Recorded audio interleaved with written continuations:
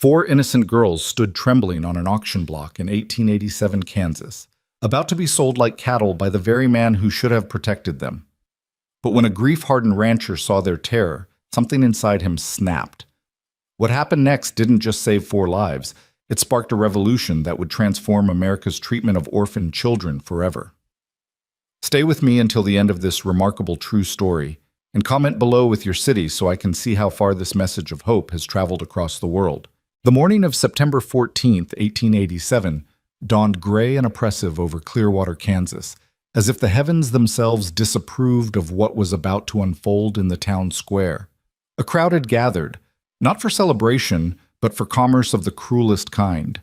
Men in dusty suits and women in faded calico stood shoulder to shoulder, their faces a mixture of curiosity and shame, because everyone knew that what they were about to witness was wrong, even if the law said otherwise.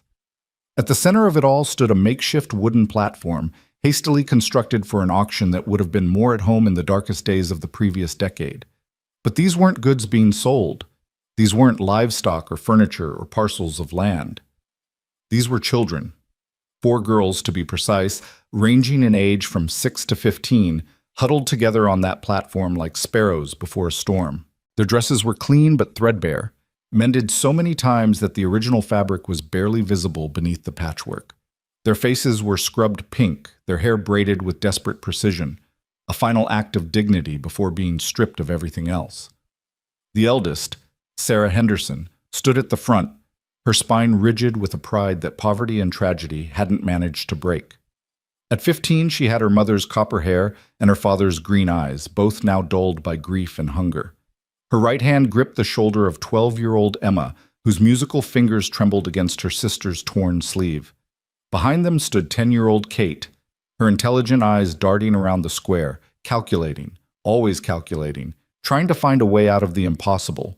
And pressed against Sarah's left side was 6-year-old Lucy, who clutched a carved wooden horse, the last gift from their father before the fever took him, and tried very hard not to cry. "Lot 17, barked Marcus Blackwood, the auctioneer, a portly man with mutton-chop whiskers and the moral flexibility of a weather vane. 4 healthy girls, capable of domestic work, agricultural labor, and general service. Starting bid is $20 apiece, or $70 for the lot." Sarah's jaw clenched. $20. That's what they'd been reduced to. $20 each, like sacks of grain or heads of cattle. Their parents, James and Margaret Henderson, had been good people, respected in this very town. Their father had been a school teacher, their mother a seamstress whose needlework was sought after by the wealthiest families in 3 counties. They'd lived a modest but happy life in a small house on Maple Street, where the smell of their mother's bread had greeted them every evening and their father's voice had filled the rooms with poetry and laughter. Then the fever came. The scarlet fever that swept through Kansas like a wildfire in the summer of 1886, leaving broken families and fresh graves in its wake. First their mother, then their father, both gone within a week of each other. Sarah had nursed them both, had watched helplessly as the life drained from their eyes, had heard her father's final words. "Keep your sisters together, Sarah. Promise me. No matter what comes, you stay together." She'd promised. God help her, she'd promised. But promises meant nothing to their Uncle Silas Crane, their father's younger brother, who'd arrived at the funeral with calculation in his eyes and whiskey on his breath. Silas had never amounted to much.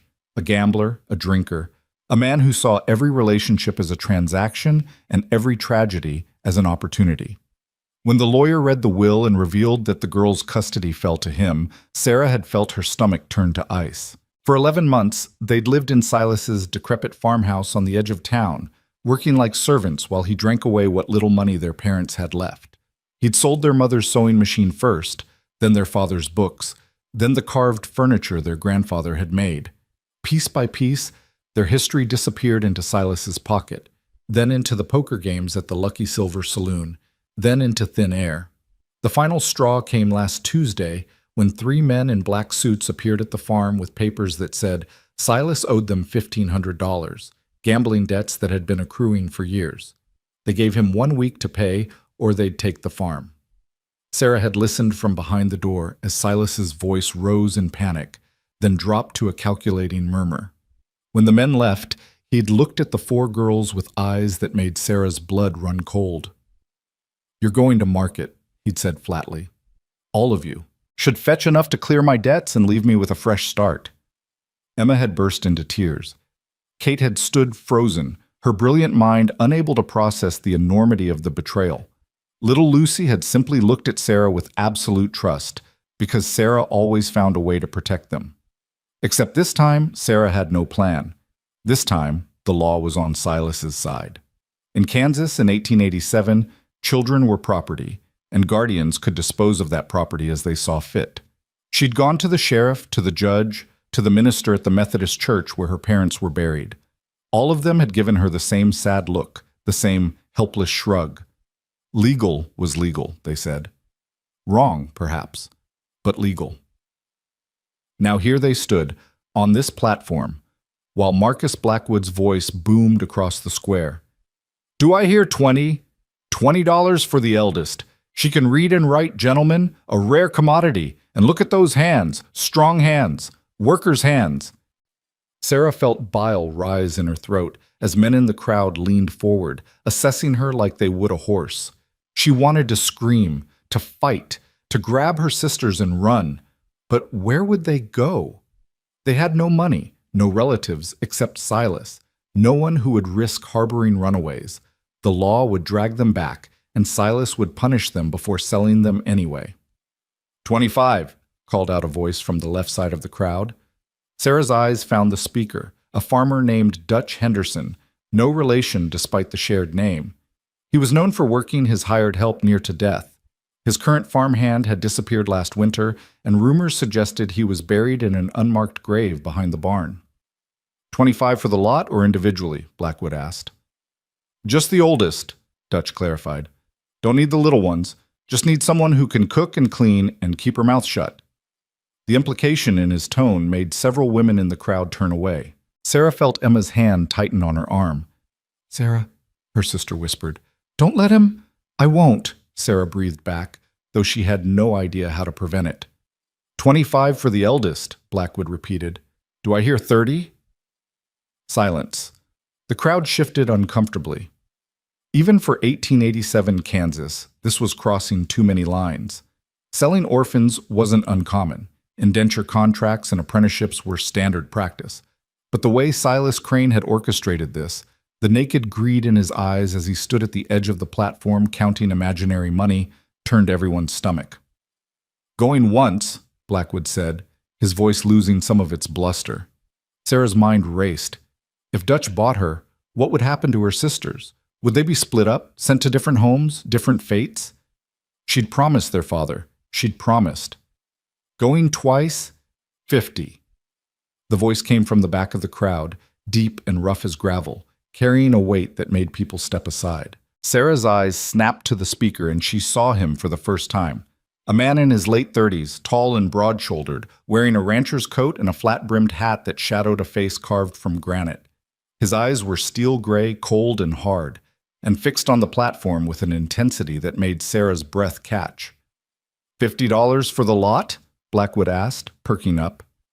No, the man said, stepping forward through the parting crowd. 50 for the eldest. 100 for all four together. A murmur rippled through the square. That was more than most families earned in 3 months. Sarah watched as the man approached the platform, his boots striking the packed earth with purpose. Up close, she could see the lines around his eyes, the gray threading through his dark hair, the scar that ran from his left ear to his jaw. This was a man who'd known hardship, who'd faced violence and survived. Now hold on, Dutch protested. I bid first. You bid 25, the stranger said without looking at him. I bid 100. That's how auctions work. Silas Crane scrambled forward, his piggy eyes gleaming with greed. 100 for all four? You got that kind of money on you, mister?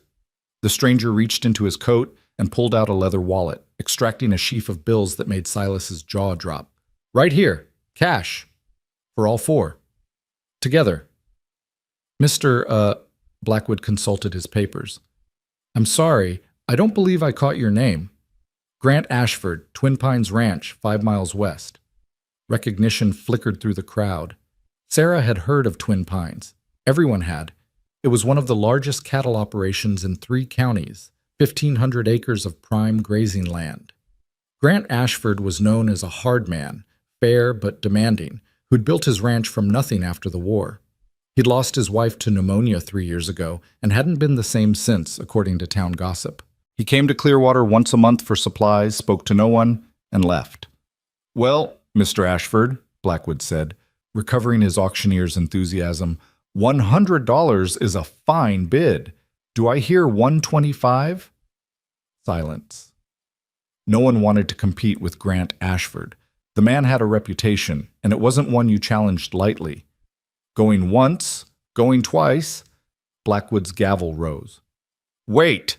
Dutch Henderson's face was red with anger. "This ain't right. He can't just swoop in and He can, and he did," Blackwood snapped, his own patience wearing thin. This whole spectacle had gone on long enough. $100 going 3 times, sold to Mr. Grant Ashford. The gavel fell with a crack that sounded like a gunshot. Sarah felt the world tilt. Sold. They'd been sold. To a man they'd never met, for reasons they couldn't fathom, into a future they couldn't predict. Silas was already scrambling to collect his money, his hands shaking as Grant counted out the bills with cold precision. "Pleasure doing business," Silas stammered, trying for a smile that came out as a leer. Grant's response was to grab Silas by the collar and pull him close, his voice dropping to a growl that only Sarah, standing nearest, could hear. "If I ever see you in this town again, if I ever hear you've laid a hand on another child, if I catch even a whisper of your name associated with anything like this, I will find you. And what I do to you will make you wish you'd never been born.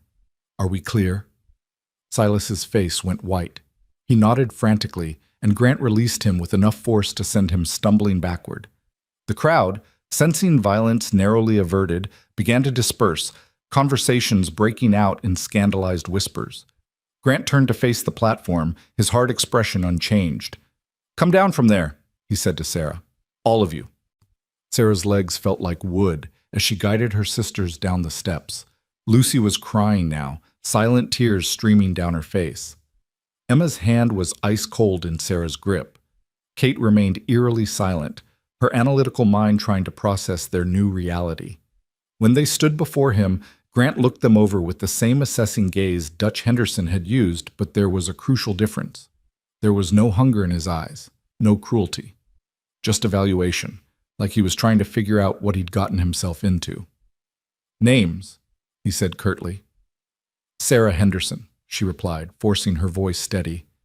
"This is Emma, Kate, and Lucy." "Ages?" 15, 12, 10, and 6. Grant nodded. "Can you cook?" "Yes, sir." "Clean, sew, basic arithmetic?" "All of it, sir. Our mother taught us." "And you?" He turned to Emma.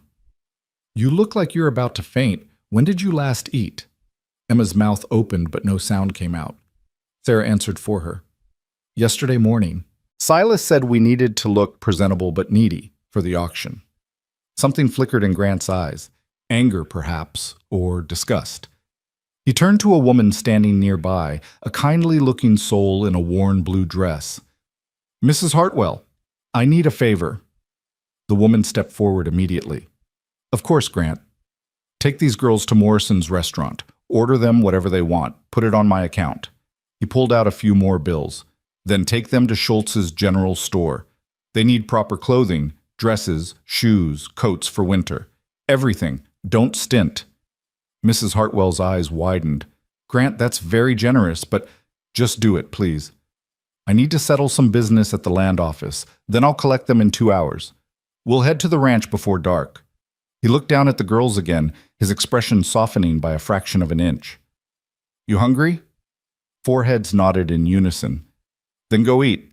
Mrs. Hartwell will take care of you." He started to turn away, then paused. "And Sarah?" "Yes, sir?" "Stop calling me sir. My name is Grant. We'll figure out the rest later."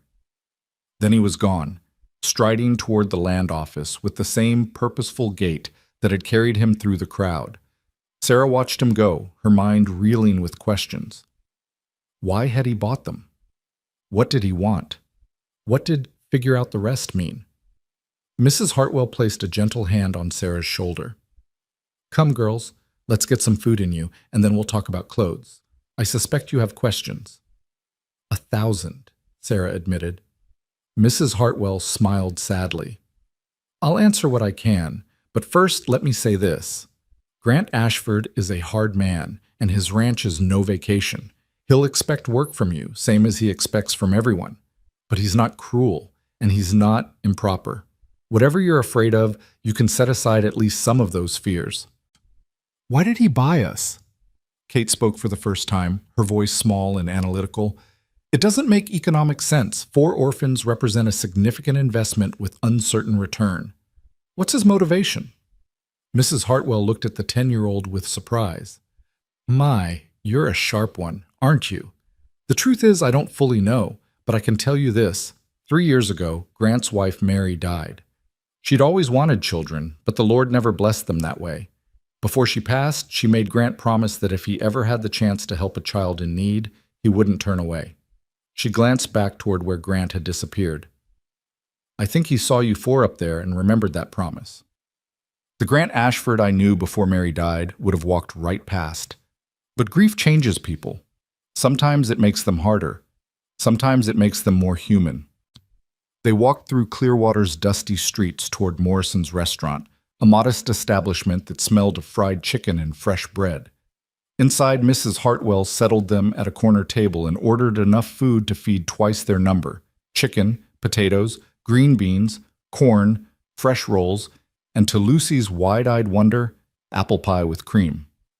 As the food arrived and the girls ate with desperate efficiency, Mrs. Hartwell talked. She told them about Twin Pines Ranch, about the dozen men who worked there, about the vast herds and the comfortable ranch house that Grant had built for Mary, now empty except for him and his cook.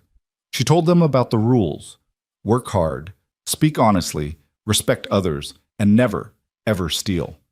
Grant had fired men for less, she said, but he was also known to be fair, to pay above standard wages, to care for his people when they were sick or injured. But what does he want with us? Sarah pressed, finally voicing the question that gnawed at her. 4 girls can't work cattle. We can't do ranch labor. So what? He wants to give you a chance, Mrs. Hartwell interrupted gently. A chance to live, to learn, to become something more than what that platform represented. That's all. I know it's hard to trust after what you've been through, but Grant Ashford is not Silas Crane. He's not buying you for profit or other purposes. He's buying you freedom. Freedom? Emma echoed, speaking around a mouthful of chicken. We were just sold. How is that freedom? Because, Mrs. Hartwell said, the alternative was being separated, sent to different homes, different fates. Now you're together. Now you have a home, at least for a while. What you do with that chance is up to you. After they'd eaten until they could barely move, Mrs. Hartwell led them to Schultz's General Store, where Mr. Schultz himself, a portly German immigrant with kind eyes and an impressive mustache, greeted them warmly. Ah, Mrs. Hartwell, and these must be the young ladies I heard about. Terrible business, that auction, just terrible. But Mr. Ashford, he is a good man. He will treat you well. For the next hour they were measured and fitted for clothing. Practical cotton dresses for work, warmer wool dresses for winter, sturdy leather shoes, stockings, undergarments, coats, gloves, even bonnets to protect from the prairie sun. Mr. Schultz threw in small extras: ribbons for Lucy's hair, a book of poetry for Emma, a slate and chalk for Kate, and a small sewing kit for Sarah.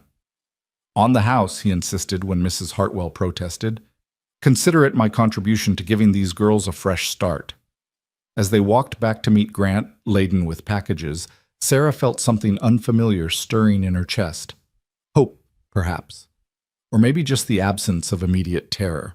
For the first time since her parents died, she wasn't worried about where their next meal would come from, whether they'd have shelter, whether they'd be split apart. But she was still worried. Because nothing in life came free, and eventually Grant Ashford would expect something in return for his generosity. The question was, what? Grant was waiting outside the land office, leaning against a wagon loaded with supplies.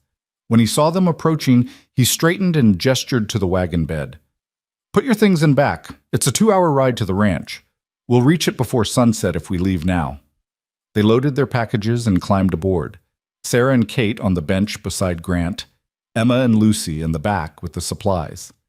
As Grant snapped the reins and the horses lurched forward, Sarah stole glances at his profile, trying to read the man who now controlled their fate. "You have questions," he said, without looking at her. "I can hear you thinking from here." Sarah hesitated, then decided honesty was her only weapon. "Why did you buy us?" "Mrs. Hartwell said it was because of a promise to your wife. But that doesn't explain why now, why us specifically." Grant was silent for so long that Sarah thought he wouldn't answer. Then, "I went to that auction to buy a breeding bull that was supposed to be sold after you. I had no intention of getting involved in that spectacle. But when I saw you four up there, when I heard the way that auctioneer was talking about you, when I saw that bastard Dutch Henderson looking at you like—" He broke off, his jaw clenching. "My Mary always said that good people have an obligation to act when they witness injustice. She said that silence in the face of wrong is the same as participation. I failed to act when I should have many times in my life. I wasn't going to fail again." "So you spent $100 out of guilt?" Kate's analytical voice piped up from behind them. Grant's lips twitched, almost a smile. "I spent $100 because it was the right thing to do. Whether you believe that or not is up to you." "What do you expect from us?" Sarah pressed. "You said we'd figure out the rest later. What does that mean?" "It means I haven't thought this through," Grant admitted bluntly. "I acted on impulse, which I rarely do, and now I have 4 children to feed, clothe, and house. So here's what I'm proposing. You work for your keep. Help Mrs. Chen, she's my cook and housekeeper, with the house, the garden, the meals. Learn what you can about ranch management. Get educated. In return, you get food, shelter, safety, and this is important, the chance to decide your own future when you're old enough." "We're not slaves," Sarah said, her voice harder than she intended. "No," Grant agreed, "you're not, which is why I'm giving you a choice right now. If you want, I can turn this wagon around, find you a church or charitable institution in Clearwater that will take you. It won't be comfortable, and you'll probably be separated, but it's an option. Or you can come to Twin Pines, work hard, and build something better. Your choice." Sarah looked back at her sisters. Emma's eyes were pleading. She wanted safety, stability. Kate's expression was calculating. She was weighing odds, assessing risks. Lucy was simply staring at the carved horse still clutched in her hand, trusting Sarah to decide. "We'll come to Twin Pines," Sarah said finally, "but I need your promise. You won't split us up. Whatever happens, we stay together." Grant nodded. "You have my word. Whatever else I am, I keep my promises." "Then we'll work for you," Sarah said. "We'll work hard, harder than you expect. Because we're not charity cases, Mr. Ashford. We're survivors, and we'll prove it." This time Grant did smile, a small, sad expression that made him look younger and infinitely more tired. "I believe you will, Sarah Henderson. I believe you will." The wagon rolled westward as the sun began its descent, painting the Kansas prairie in shades of gold and amber. Behind them, Clearwater disappeared into the distance, taking with it the auction block, Silas Crane, and the worst day of their lives. Ahead lay Twin Pines Ranch, a place they'd never seen, a home they'd never chosen, and a future they couldn't predict. But for the first time in 11 months, Sarah felt something besides despair.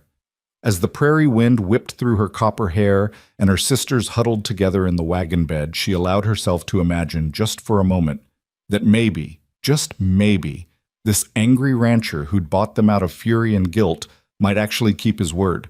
Maybe survival wasn't enough anymore. Maybe, just maybe, they could actually live. The sun touched the horizon as Twin Pines Ranch came into view, and Sarah Henderson, who'd been sold like livestock that morning, took her first breath of what might, against all odds, turn into freedom. The ranch house materialized from the twilight like something out of a fever dream. 2 stories of whitewashed wood and stone, with a wraparound porch that caught the last rays of sunlight. It was larger than any house Sarah had ever seen, certainly grander than the modest home where her parents had raised them, and infinitely more impressive than Silas's rotting farmhouse. Behind the main house stood a massive barn, several outbuildings, and corrals where horses moved like shadows in the gathering dusk. Grant pulled the wagon to a stop in front of the house and jumped down with the ease of long practice.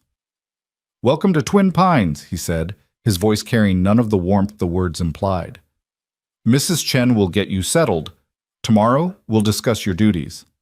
Before Sarah could respond, the front door swung open and a small Chinese woman in her 50s emerged, wiping her hands on her apron. Her face was round and kind, etched with laugh lines that suggested a life lived with more joy than Grant seemed to hold. When she saw the four girls in the wagon, her eyes widened with surprise, then softened with immediate understanding. "Ah, yeah, Grant," she said, her English flavored with an accent that spoke of distant shores. "You bring home children? You tell Mrs. Chen nothing about children." "I didn't know until this morning," Grant replied, already unloading supplies from the wagon. "Mrs. Chen, this is Sarah, Emma, Kate, and Lucy Henderson. They'll be living here now. They need rooms, food, and patience. Can you manage?" Mrs. Chen's hands flew to her hips in mock indignation. "Can I manage? Mrs. Chen raised 6 children in Canton before coming to America. 4 skinny girls? This is nothing." Then her expression gentled as she looked at each sister in turn. "But they look like ghosts, Grant. What happened to them?" "Later," Grant said curtly, handing her a package. "Right now they need beds and dinner. We can discuss details after they've rested." "Always with the later," Mrs. Chen muttered, but she was already moving toward the wagon, her arms outstretched. "Come, girls. You come with Mrs. Chen now. I show you proper home, not whatever terrible place you come from." Sarah climbed down first, then helped Lucy, whose legs had gone stiff from the long ride. Emma and Kate followed, all 4 of them standing uncertainly in the yard, while ranch hands emerged from the barn to help Grant unload. The men cast curious glances at the girls, but said nothing, their faces carefully neutral. Mrs. Chen noticed their hesitation and clucked her tongue. "Why you stand like scared rabbits? Inside, inside. Mrs. Chen not bite, I promise." She held out her hand to Lucy, who looked up at Sarah for permission. "It's all right," Sarah said softly, though she wasn't sure it was. But what choice did they have? They'd cast their lot with Grant Ashford, for better or worse. Lucy took Mrs. Chen's hand, and the small woman led them into a house that smelled of wood smoke, dried herbs, and something delicious cooking in the kitchen. The entry hall was simple but well maintained, with polished wood floors and walls decorated with landscape paintings that looked expensive. A staircase curved upward to the second floor, its banister carved with intricate detail. "Upstairs," Mrs. Chen announced, leading them up. "Grant's room at end of hall. Mrs. Chen have room near kitchen downstairs. You girls get 3 rooms up here, 2 bedrooms and sitting room between. Is good, yes?" "3 rooms," Emma breathed. "For just us? You think Mrs. Chen lie?" The housekeeper pushed open a door to reveal a bedroom with 2 beds, a dresser, a washstand, and luxury of luxuries, curtains on the windows. "This room for 2 of you. Next room, same. Sitting room have books, sewing table, space for learning. Grant say you must learn, so you learn." Sarah felt tears prickling her eyes and fought them back fiercely. After 11 months of sleeping 4 to a bed in Silas's freezing attic, after today's horror on the auction block, this was almost too much to process. "Why is he doing this?" she whispered. Mrs. Chen's expression turned somber. "Grant is complicated man. He lose his Mary 3 years ago, and part of him die too. But other part remember what it like to have nothing, to need help. He born poor, you know, build all this from dirt and determination. Maybe he see you girls and remember." She shrugged. "Or maybe he just tired of seeing bad things happen and doing nothing. With Grant, sometimes even Mrs. Chen not know."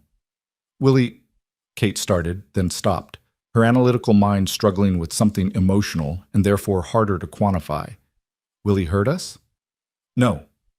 Mrs. Chen's response was immediate and absolute. "Many things Mrs. Chen say about Grant Ashford.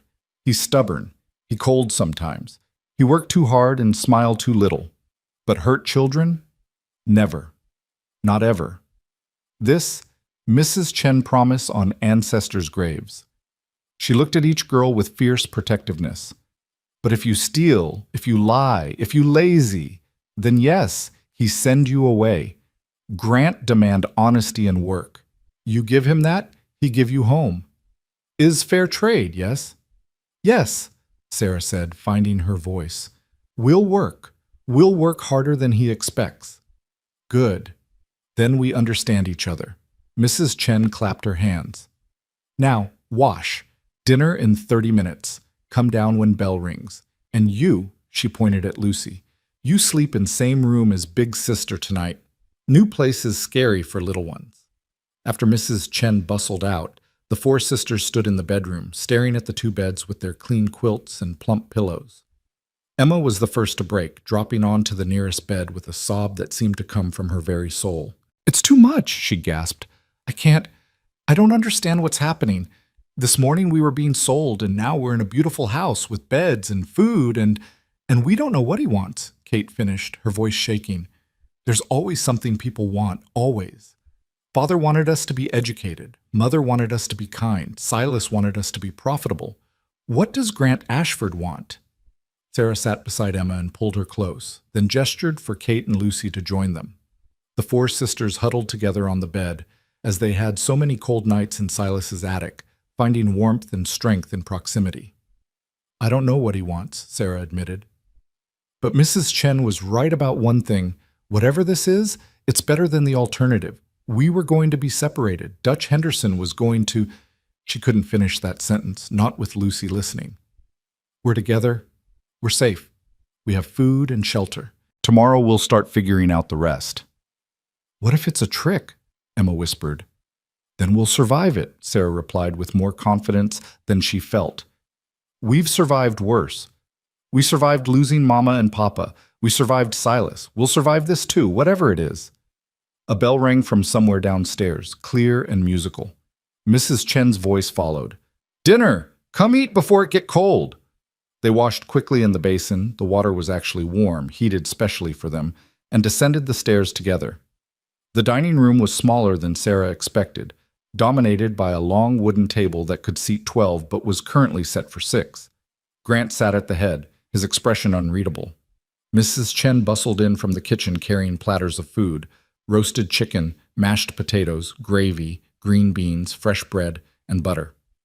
Sit, sit, she commanded, and the girls obeyed, taking seats along one side of the table. Sarah found herself directly across from Grant, which felt both exposing and oddly appropriate. If she was going to understand this man, she needed to see his face. 2 ranch hands joined them, a lanky young man introduced as Tommy, who couldn't have been more than 20, and an older man named Hector, whose weathered face suggested he'd spent 60 years in the sun. Both nodded politely to the girls, but seemed uncertain how to interact with them. We don't usually have children at this table, Grant said, apparently reading their discomfort. But things change. Tommy, Hector, these are the Henderson sisters. They'll be living here now, helping Mrs. Chen and learning about the ranch. I expect you to treat them with respect. Yes, boss, Tommy said quickly. Hector simply nodded, his eyes kind beneath bushy gray eyebrows.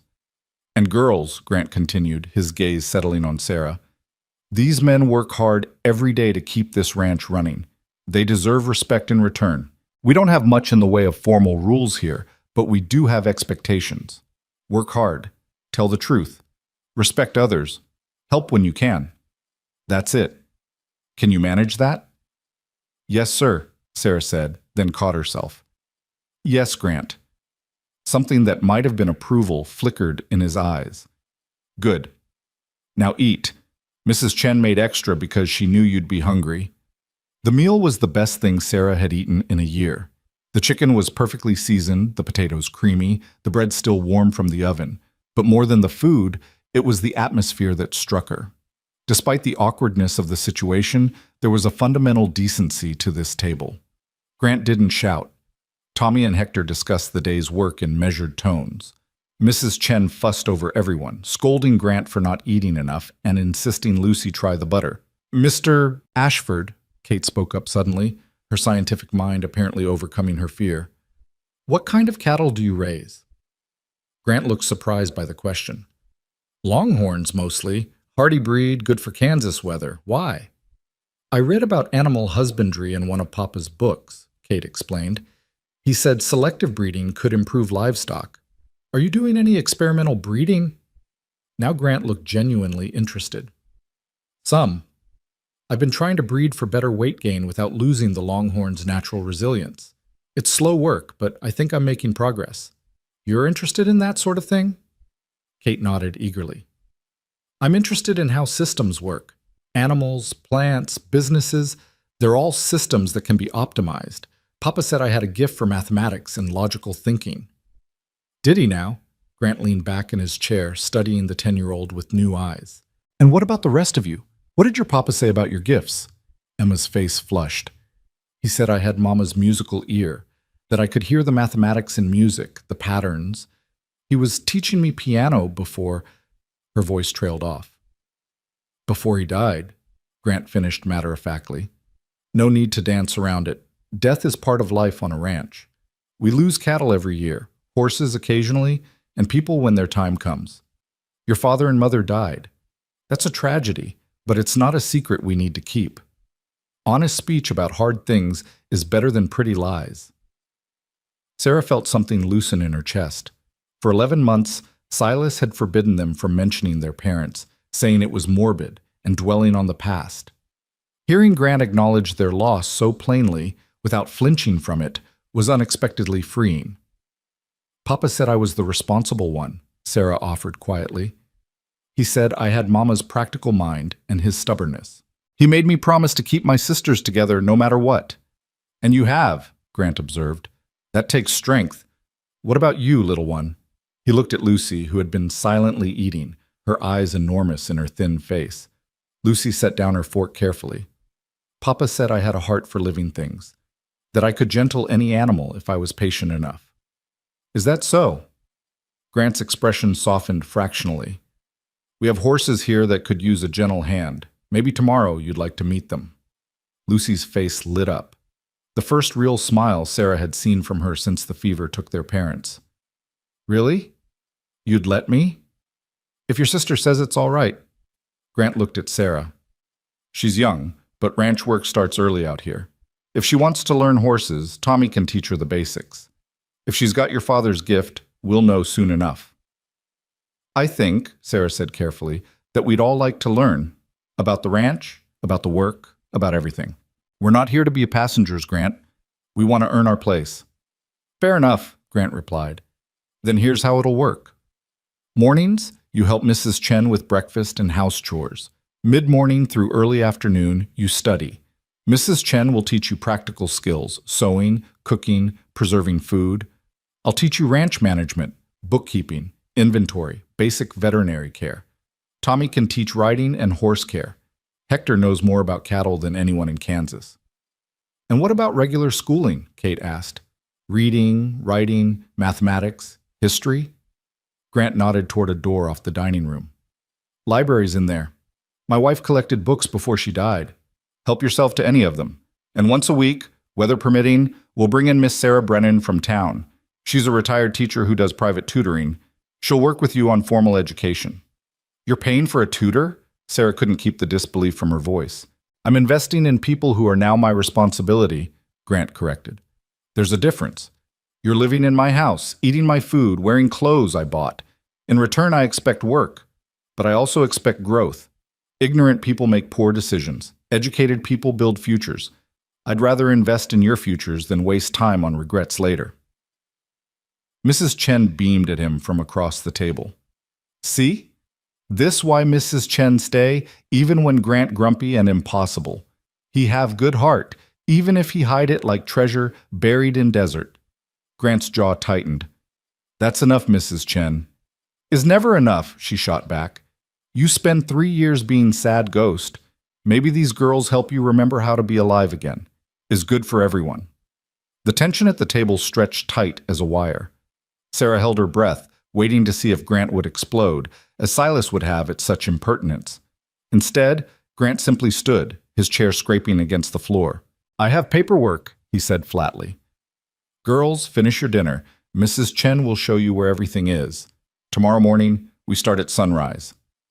He strode from the room without another word, his boots echoing on the hardwood. After he left, Tommy let out a low whistle. Mrs. Chen, you're the only person alive who can talk to him like that. Someone must, she replied unrepentantly. He need to hear truth sometimes. Now, you men clean up. I show girls their bathing room. Bathing room? Emma squeaked. Mrs. Chen smiled mysteriously. You think Mrs. Chen let you sleep in nice clean beds smelling like auction house? No, no, tonight you bathe. Tomorrow you work. This is how we do things at Twin Pines. The bathing room proved to be a small washroom off the kitchen with a large copper tub, and marvel of marvels, a pump that brought water directly into the house. Mrs. Chen heated water on the kitchen stove and filled the tub halfway, adding lavender soap that made the whole room smell like summer. 2 at a time, she instructed. Little ones first.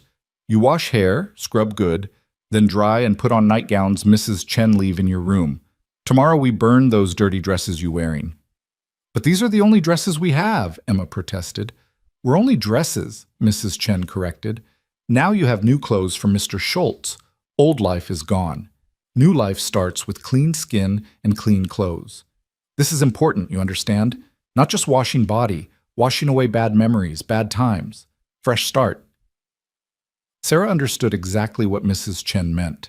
As she helped Lucy into the warm water and gently scrubbed her little sister's tangled hair, she felt the day's terror beginning to wash away with the grime. They'd been sold, they'd been bought, but they'd also been saved in a strange, uncomfortable, uncertain way. After all 4 girls had bathed and dressed in the soft cotton nightgowns they found laid out on their beds, Mrs. Chen brought them hot milk with honey and sat with them in the upstairs sitting room. This space was clearly Mary Ashford's legacy, a woman's touch evident in the embroidered pillows, the delicate curtains, the bookshelf filled with novels and poetry. Mrs. Chen, Sarah said quietly, what happened to Grant's wife? You said she died 3 years ago, but how? The housekeeper's face grew sad. Pneumonia. Winter of 1884 was very bad, very cold. Mary catch cold that turned to fever. Fever turned to pneumonia. She die in bedroom down hall with Grant holding her hand. He not same after. Before, he laugh sometimes, smile more. After, he just work. Work from sunrise to midnight, like if he stopped moving, grief catch him. Did they love each other? Emma asked, her romantic heart evident in her voice. Very much, Mrs. Chen confirmed. They marry young, Grant only 22, Mary 19. She helped him build this ranch from nothing. Smart woman, like you girls. She keep books, manage household, work as hard as any man. And she gentle Grant's rough edges, make him remember how to be kind. She looked at each girl meaningfully. She would have loved having you here. Mary always want children, but God not bless them that way. She try for years, pray every Sunday. Nothing. So she make Grant promise, if he ever find children who need help, he not turn away. Today, he keep that promise. But why anger? Kate asked, ever analytical. Mrs. Chen said he was angry when he bought us. Because seeing children sold like animals make him remember, Mrs. Chen explained. Grant born very poor. Father die when he young, mother work herself to death trying to feed 3 sons. Grant and brothers grow up hungry, desperate. When he 14, men come to take him and brothers to work in factory. Like buying, you understand. Like what happened to you. Grant's brother Thomas never survived that factory. Die in accident 2 years later. Grant never forgive himself for not protecting Thomas. The pieces began to fall into place in Sarah's mind. Grant hadn't just seen 4 orphans being sold. He'd seen his own past, his own helplessness, his brother's death. The anger that drove him to bid wasn't really about them at all. It was about old wounds that had never healed. So, we're not just girls to him, Sarah said slowly. We're a second chance. Maybe, Mrs. Chen agreed. Or maybe you just 4 girls who need home, and he man who can provide. Not everything need complicated reason. Sometimes good people do good things because it right thing to do. Lucy yawned hugely, and Mrs. Chen shooed them all toward bed. Tomorrow come early on ranch. You sleep now, dream of better days ahead. In the bedroom they'd chosen to share. Sarah and Lucy in one bed, Emma and Kate in the other. The sisters lay in darkness, listening to unfamiliar sounds. Wind in the pines, horses moving in the distant corrals, the creak of the house settling. Sarah? Lucy whispered. Are we going to be okay? Sarah pulled her little sister closer. Yes, sweetheart. I think maybe we are. Papa would have liked Grant, Kate observed from the other bed. He respected practical people who valued education. Mama would have liked Mrs. Chen, Emma added. She's kind, like Mama was. Sarah said nothing, but she thought, and I like that Grant treats us like people, not property. That he sets expectations instead of traps. That he's honest about his grief instead of hiding behind false cheer. She didn't say any of this aloud because it felt dangerous to hope. But as she drifted towards sleep in a clean bed with a full stomach and her sister safe beside her, Sarah Henderson allowed herself to believe, just barely, that maybe their auction hadn't been an ending after all. Maybe, impossibly, it had been a beginning. The next morning arrived with the force of a cattle stampede. Sarah jolted awake to the sound of a bell ringing and Mrs. Chen's voice echoing up the stairs. "Wake up! Sunrise in 15 minutes! Ranch not wait for sleepy girls!" They dressed hurriedly in their new clothes, practical cotton dresses that fit properly, sturdy shoes, aprons to protect from kitchen work. When they tumbled downstairs, they found the dining room already occupied. Grant sat reading a newspaper, coffee steaming beside him. Tommy and Hector were finishing plates of eggs and bacon. Two other ranch hands Sarah hadn't met sat at the far end, talking quietly. Mrs. Chen appeared from the kitchen. "Good. You awake. Now, watch and learn. This how we make breakfast for working men." For the next hour, Sarah received a crash course in cooking for a ranch. Mrs. Chen moved like a general directing troops, her hands flying as she cracked 24 eggs, fried bacon and sausage, toasted bread, made gravy, and somehow produced a perfect pot of coffee. Sarah and Emma worked to keep up, while Kate took mental notes and Lucy set the table with fierce concentration.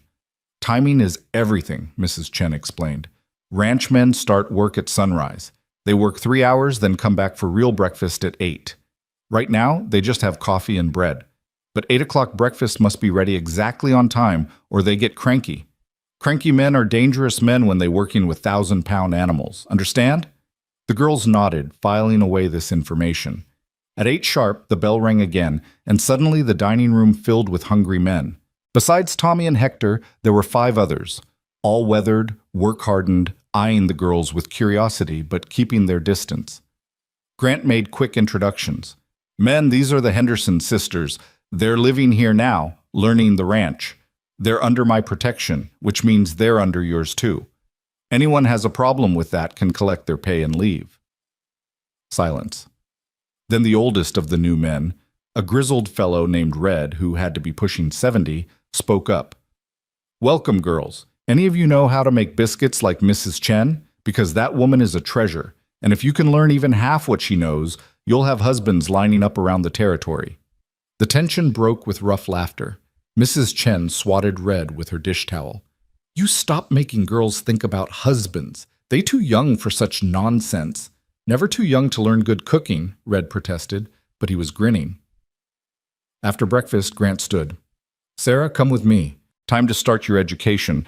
The rest of you, Mrs. Chen will assign tasks." Sarah followed Grant through the house to a room she hadn't seen before. His office, a no-nonsense space with a large desk, filing cabinets, and walls covered in maps of the property. Ledgers were stacked neatly on one corner of the desk, and Sarah could see columns of numbers through their open pages. "Sit," Grant commanded, gesturing to a chair. He pulled out a ledger and opened it to a page marked October 1887. "You said you can read and do basic arithmetic. Prove it. Tell me what this page says." Sarah leaned forward, scanning the neat columns. "These are expenses, feed costs, veterinary supplies, wages for the men, maintenance on buildings and equipment. And this column shows income, cattle sales mostly, and some from horse breeding." "Good. Now tell me what you see that's wrong." Sarah studied the numbers more carefully, her father's voice echoing in her mind as he taught her bookkeeping basics. "There. This number doesn't add up correctly. The total expenses are listed as $640, but when I add the column, it's actually $683. Grant's expression remained neutral. And that means either you're underreporting expenses, which would make your profit look artificially high, or there's an error in transcription. She hesitated, then added boldly, "Or someone stealing from you." Now Grant smiled, a real smile that transformed his face from granite to something almost human. "Very good. It's an error, not theft. I know because I made the error myself last week. I was tired and transposed 2 numbers. But the fact that you caught it and that you thought through the possibilities tells me your father taught you well. He believed girls should understand money, Sarah said quietly. He said financial ignorance made women vulnerable. Smart man, Grant agreed. Here's what I need from you. Every morning after breakfast, you come here for 2 hours. I'll teach you how to run a ranch, bookkeeping, inventory management, how to assess cattle quality, how to negotiate with buyers. In return, you'll help me keep these ledgers accurate and organized. Can you do that? Yes, Sarah said without hesitation. But why teach me this? Most people think women can't understand business. Most people are fools, Grant replied bluntly. My Mary ran half this ranch, and she did it better than most men could. Intelligence isn't gender specific. Now, let's start with basics. For the next 2 hours, Sarah's mind expanded in ways it hadn't since her father died. Grant was a surprisingly good teacher, patient when she struggled, challenging when she understood quickly, never condescending. He showed her how to read market reports, how to calculate profit margins, how to anticipate seasonal expenses. By the time Mrs. Chen rang the lunch bell, Sarah's hand was cramped from taking notes, but her spirits soared. Meanwhile, Emma had discovered that Grant's library contained not just books, but a piano, Mary's piano, carefully maintained but rarely played. When Mrs. Chen heard Emma's gasp of delight, she smiled and said, "You play?" "I used to," Emma breathed, "before Mama died. She was teaching me, but then—" She touched the keys reverently, producing a single perfect note that hung in the air like a prayer. "Then you play now," Mrs. Chen declared. "Every afternoon after lunch, you practice 1 hour. Mrs. Chen cannot teach music, but Mrs. Chen know talented girl when she see one. You bring life back to this piano. It's good for house, good for you, good for everyone." Kate, meanwhile, had gravitated toward the ranch operations with scientific precision. Tommy, tasked with supervising her, was initially skeptical about teaching a 10-year-old girl about cattle. That skepticism lasted approximately 15 minutes, until Kate started asking questions that revealed a mind like a steel trap. "Why do you rotate the cattle between pastures?" she asked as they walked through the property. "Keeps the grass healthy," Tommy replied. "If you leave them in one place too long, they overgraze and destroy the land." "But how do you calculate optimal rotation time? Does it depend on rainfall, temperature, number of cattle per acre? There must be a mathematical formula." Tommy stared at her. I just go by experience and what Grant tells me." "But experience is just unquantified data," Kate pressed. "If we measured grass height, cattle weight gain, and rotation timing, we could develop an algorithm for maximum efficiency." "A what?" "An algorithm, a set of rules for solving problems. It's mathematics." Tommy looked slightly terrified. "You're going to have to talk to Grant about that. That's way above my education." And Lucy, little Lucy, with her father's gift for animals, stood at the corral fence watching horses with the intensity of a prophet receiving visions. Hector, who'd been around horses for 50 years, found himself explaining things to a 6-year-old. "That one's Thunder," he said, pointing to a massive gray stallion. "Fastest horse on the property, but mean as a snake. Won't let anyone but Grant ride him." Lucy tilted her head, studying Thunder. "He's not mean. He's scared." Hector frowned. "Scared? Girl, that horse weighs 1,200 pounds and kicks like a mule. He ain't scared of nothing." "He's scared because someone hurt him before," Lucy insisted. "See how he keeps his ears back and how he watches everything? That's not meanness, that's protection." Hector looked at the horse with new eyes and realized the little girl might be right. Thunder had been wild-caught 3 years ago, and the breaking process hadn't been gentle. "Well, I'll be damned," he muttered. Then remembering his audience, pardon my language, miss." Lucy giggled, the first genuinely happy sound Sarah had heard from her sister in forever. At lunch, the girls reconvened in the kitchen, all talking over each other with excitement about their morning discoveries. Grant entered to find controlled chaos. Mrs. Chen trying to serve soup while Kate gestured wildly about mathematical formulas, Emma humming piano melodies, Lucy making horse sounds, and Sarah laughing in a way she hadn't laughed in over a year. He stood in the doorway for a moment, unnoticed, and something in his chest, something that had been frozen solid for 3 years, cracked slightly. The house had been silent since Mary died. Now it was alive again, filled with young voices and possibilities. Mrs. Chen caught his eye and smiled knowingly. He scowled and retreated to his office, but the damage was done. Despite his best efforts to remain detached, to treat this arrangement as purely practical, Grant Ashford was beginning to care about the 4 souls he'd rescued from that auction block. And caring, as he knew too well, was dangerous. Caring made you vulnerable. Caring meant you could lose things.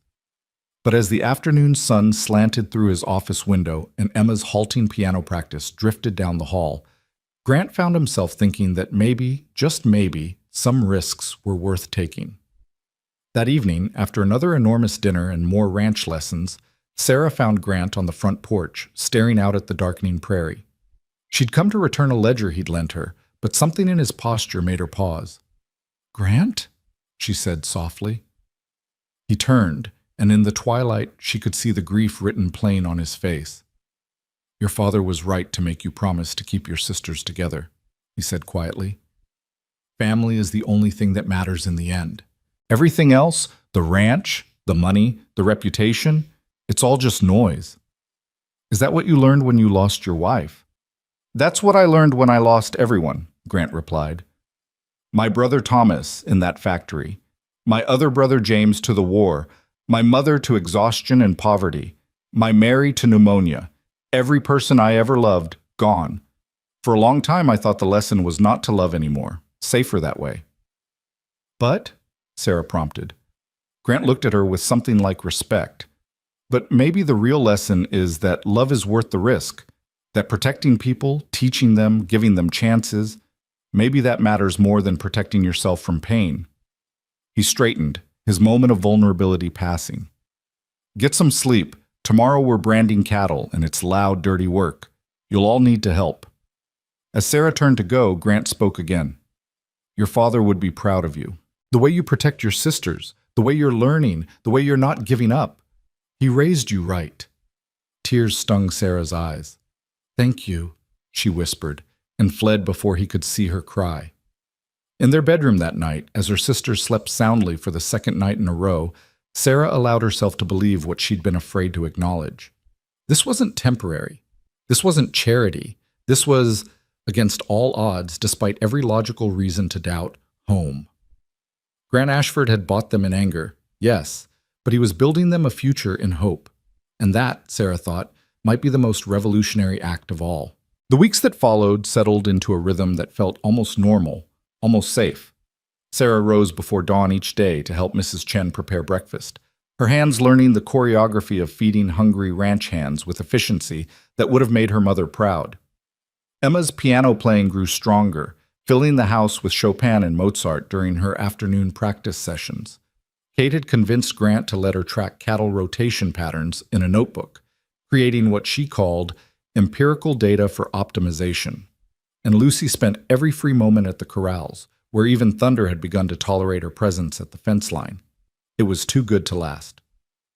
The trouble arrived on a crisp October morning, 3 weeks after the auction, in the form of 2 men on horseback. Sarah saw them first from the kitchen window, one portly and officious-looking in a city suit that seemed absurd, on horseback, the other wearing a sheriff's badge that caught the morning sun like a warning.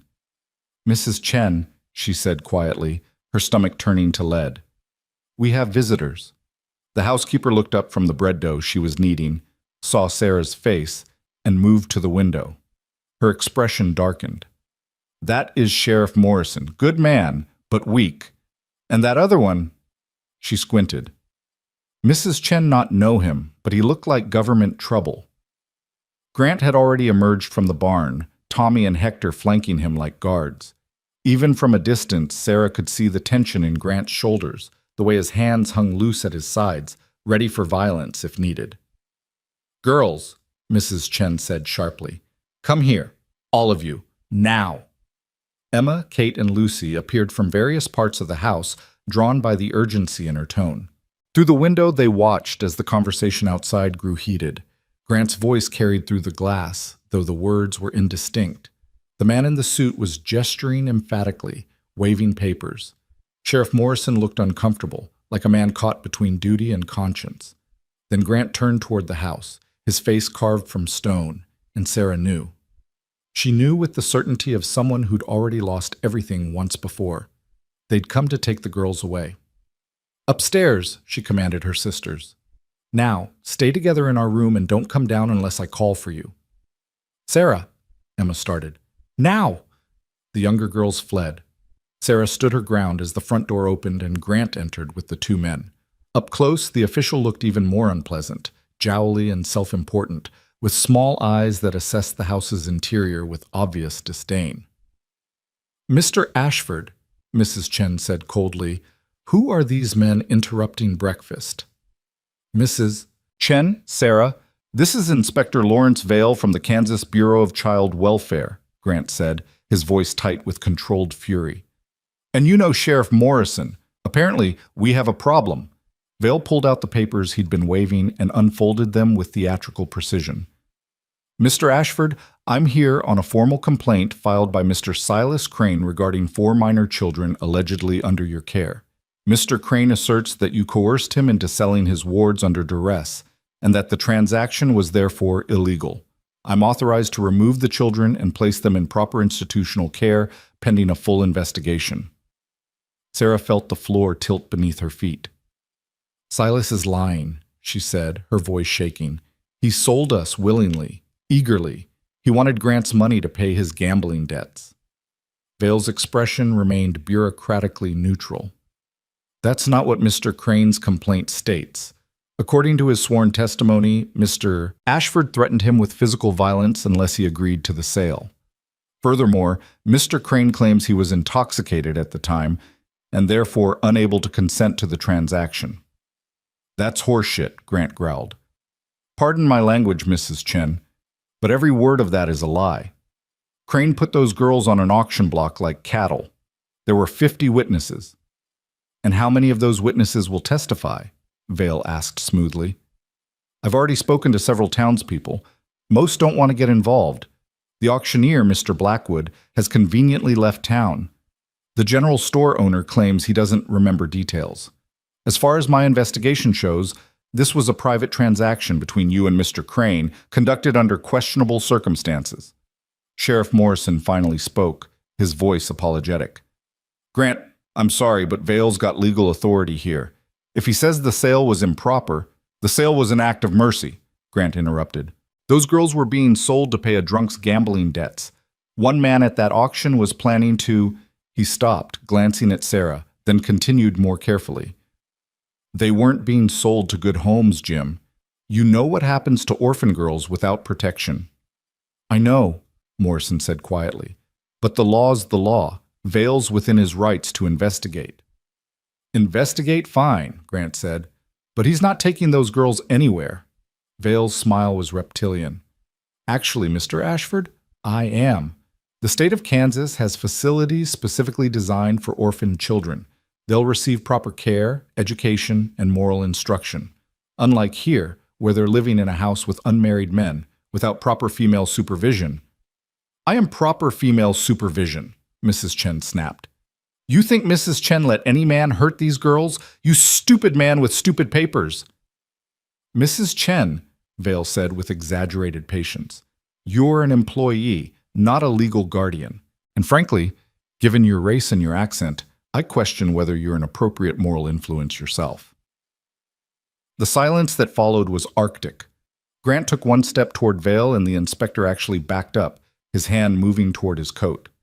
"Careful, Mr. Ashford. Threatening a government official is a federal offense." "I'm not threatening," Grant said softly, dangerously. "I'm promising. You're not taking those girls. Not today, not ever." Morrison stepped between them, his hand on Grant's shoulder.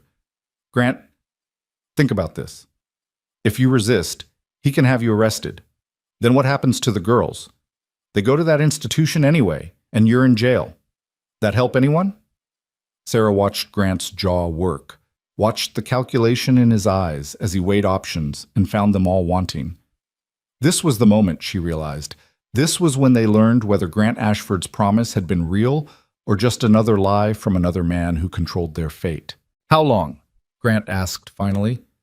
"How long what?" Vale responded. "How long do I have before you take them?" Vale consulted his papers. "The order takes effect immediately. However, I'll need to arrange transport back to the county facility. Given that it's already mid-morning, I'd say—" He checked his pocket watch. 3 hours. I'll return at noon with a wagon. 3 hours, Grant repeated flatly. Fine. You've delivered your message. Now get off my property. Mr. Ashford, get off my property. Each word was a bullet. You've got your legal authority. I'm not going to fight it, but I'll be damned if I let you stand in my house and insult Mrs. Chen and terrify those girls any longer. You want them at noon? Come back at noon.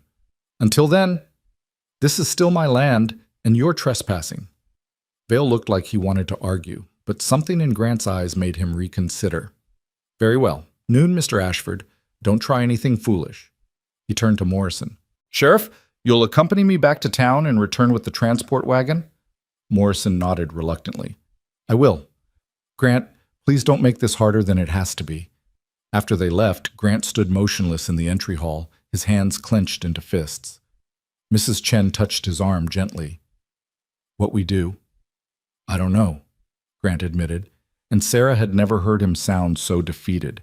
He's got the law on his side. If I hide them, I'm a kidnapper. If I refuse to hand them over, I go to jail and they get taken anyway. I don't see a way out. There's always a way, Sarah said, surprised by the steadiness in her own voice. We just have to find it. What exactly did Vale say? That the sale was coerced and therefore illegal? That's his claim, Grant confirmed, based on Silas's complaint. But Silas's complaint is a lie, Sarah pressed, and we can prove it. The auction was public. There were witnesses. We just need to get them to testify. Grant shook his head. Vale already said the witnesses won't talk. People don't want to get involved in legal matters. It costs time, money, reputation. Why would they help? Because it's the right thing to do, Sarah said fiercely. Then, seeing Grant's skeptical expression, she amended, or because we make them understand what's at stake. Grant, you know these people. You do business with them. You've lived here for years. Surely some of them will speak up if you ask. Maybe, Grant said slowly. But even if they do, it's just their word against Silas's. Vale's already decided what he wants to believe. Mrs. Chen made a frustrated sound. Then we show him wrong thing to believe. We show him girls are thriving here, learning, growing. We show him this is good home, not bad place he imagines. How? Grant asked. How do we prove that in 3 hours? The answer came from an unexpected direction. Kate appeared at the top of the stairs, her face pale but determined. With evidence, she said. With data, with quantifiable proof that we're better off here than we would be in any institution. Sarah's heart clenched. Kate, I told you to stay upstairs. I know. I didn't listen. I never do when something's important. Kate descended the stairs with the precision of a mathematician solving an equation. Grant's been teaching you bookkeeping, right? You've been tracking expenses, improvements, education? Yes, but... And Emma's been playing piano daily. Mrs. Chen's been teaching us cooking and sewing. Lucy's been learning animal husbandry. I've been studying cattle management. Everything's documented, isn't it? In journals, in practice logs, in your ledgers? Sarah's mind began to race, following Kate's logic. You're saying we show Vale our progress. Make him see that we're not victims here. We're students. Exactly, Kate said. Inspector Vale thinks we're being exploited or corrupted. We prove we're being educated. We show him numbers, achievements, tangible results. We make it harder for him to justify removing us. Grant was already moving toward his office. It might work. It's a long shot, but it's better than nothing. Sarah, get those ledgers. Mrs. Chen, gather any records you've kept of the girls' progress. Emma, Lucy, get down here. We're going to mount a defense. The next 3 hours were a whirlwind of desperate preparation. Grant and Sarah compiled financial records showing that he'd invested over $300 in the girls' care in just 3 weeks. Clothing, food, medical examinations from the town doctor, books, supplies. Mrs. Chen produced detailed logs of cooking lessons, sewing projects, household management training. Emma demonstrated her piano progress, playing pieces that would have been impossible for her 3 weeks ago. Lucy shyly explained her observations about horse behavior, using terminology that Hector swore he hadn't taught her. She'd learned it from books in Grant's library. And Kate presented her ranch optimization study, complete with hand-drawn charts and calculations that showed how rotation schedules could be improved to increase cattle weight gain by an estimated 8%. A 10-year-old did this? Grant asked, staring at Kate's work with something like awe. Mathematics doesn't care about age, Kate replied. Only accuracy. At 11:30, Doc Henderson, no relation to the girls, despite the shared name, arrived at Grant's urgent summons. He was a kindly man in his 60s who'd been practicing medicine in Clearwater for 30 years. Grant had asked him to examine the girls when they first arrived, to make sure Silas's neglect hadn't caused lasting harm. "Doc," Grant said urgently, "I need you to write a medical statement about the girls' condition when they arrived versus now." Henderson didn't hesitate. He pulled out his medical bag and began writing. Sarah Henderson, severe malnutrition upon arrival, weight approximately 85 pounds. Current weight, 98 pounds, healthy color, no signs of abuse or neglect. Emma Henderson, similar malnutrition, signs of vitamin deficiency, depressive symptoms. Current, improved physical health, psychological affect much improved. He continued through all 4 girls, his neat handwriting filling 2 pages. At the bottom, he signed and dated the statement, then added, "In my medical opinion, these children are thriving under Mr. Ashford's care. Removing them would constitute harm." At 5 minutes to noon, Tommy rode in fast from town, his horse lathered with sweat. "Grant, I talked to everyone I could find. Got 6 people willing to testify about what really happened at that auction. They're right behind me." Indeed, a small group was approaching, Mr. Schultz from the general store. Mrs. Hartwell, who'd helped the girls that first day, Red Donovan from the feed supply, 2 farmers named Jepson and Crawford, and, most surprising of all, Dutch Henderson, the man who'd first bid on Sarah. Dutch looked uncomfortable as he dismounted. "Ashford, I'm not here because I like you. I'm here because what that bastard Crane is trying to do is lower than a snake's belly. I might be a hard man, but I ain't dishonest. I'll tell Vale exactly what happened at that auction." Grant gripped his hand briefly. "Appreciate it, Dutch." At precisely noon, a wagon rolled up to the house. Inspector Vale sat beside Sheriff Morrison, who looked like he'd rather be anywhere else. Behind them rode 2 women in severe gray dresses, matrons from the state institution, Sarah realized, come to collect their new charges. Vale descended from the wagon with his papers, clearly expecting compliance. Instead, he found himself facing an assembled crowd. Grant, Mrs. Chen, Doc Henderson, 6 townspeople, and 4 girls who looked nothing like the terrified waifs he'd been expecting. "Mr. Ashford," Vale began, "I trust you've prepared the children for—" "I've prepared a defense," Grant interrupted. "You claim these girls were acquired illegally. I claim they were saved legally and are now thriving. Before you take them anywhere, you're going to listen to evidence." Vale's expression curdled. "Mr. Ashford, I don't have time for—" "Make time," Grant said flatly. "Unless you want to explain to your superiors why you removed 4 healthy, educated children from a good home without even examining the facts. Pretty sure that'll look bad in your report." The inspector's jaw tightened, but he dismounted. "Fine. You have 15 minutes. "We'll take 30, Grant replied. "Sarah, start with the ledgers." What followed was part trial, part performance, part desperate gambit. Sarah presented the financial records, her voice steady as she explained every expense, every investment Grant had made in their welfare. Mrs. Chen showed her teaching logs, demonstrating a structured education program that put many schools to shame. Doc Henderson read his medical statement, emphasizing the dramatic improvement in the girls' health. Then the townspeople spoke. Mr. Schultz described the auction, the way Silas Crane had been eagerly counting money, how Grant had bid fair and square with no threats or coercion. Mrs. Hartwell testified to the girls' condition that first day, frightened, malnourished, but hopeful after Grant's kindness. Even Dutch Henderson spoke up, his gravelly voice cutting through Vale's attempts to interrupt. "I was there to buy the oldest girl," Dutch said bluntly. "For farm work. Nothing improper, but nothing kind either. She'd have worked dawn to dusk for room and board, same as my other hands."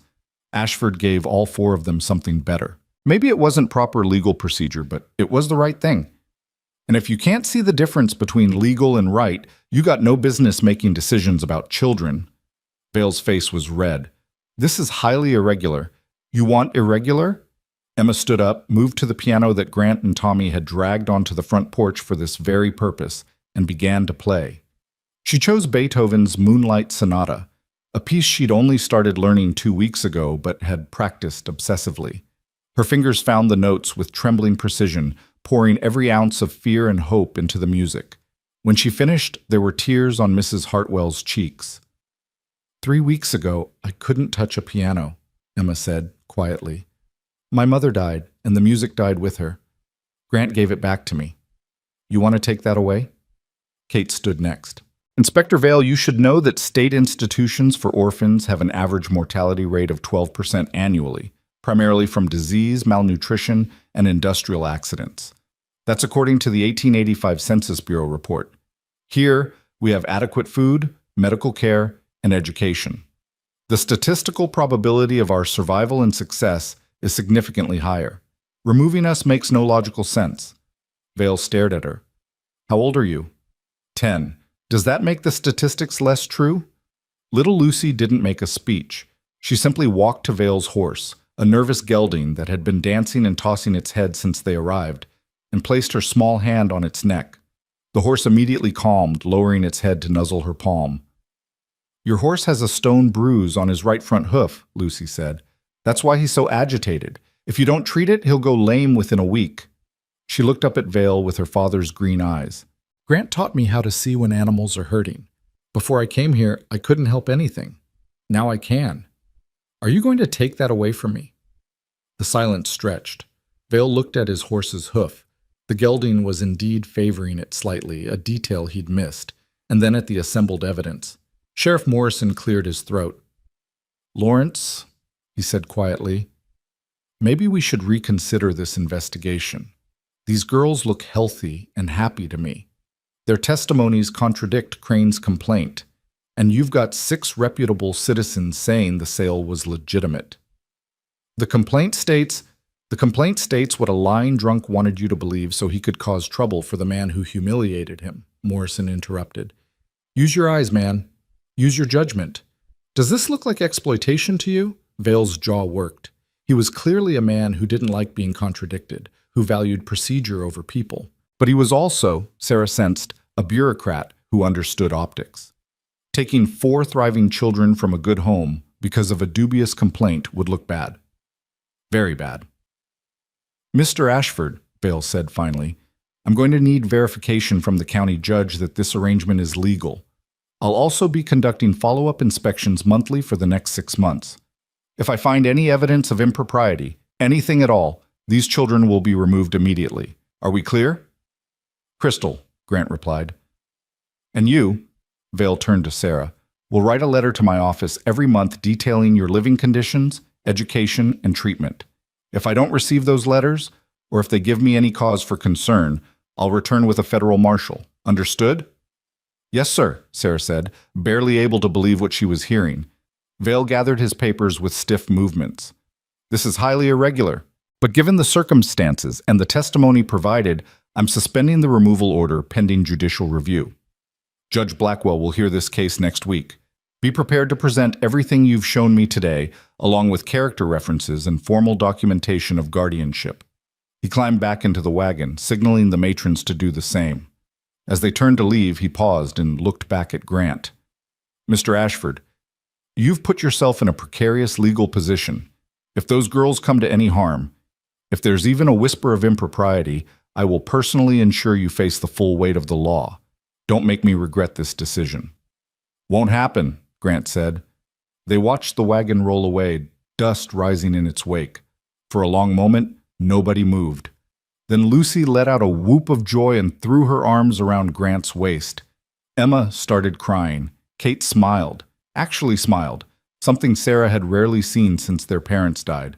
And Sarah herself felt her knees go weak with relief. Did we just win? Emma asked through her tears. We bought time, Grant corrected.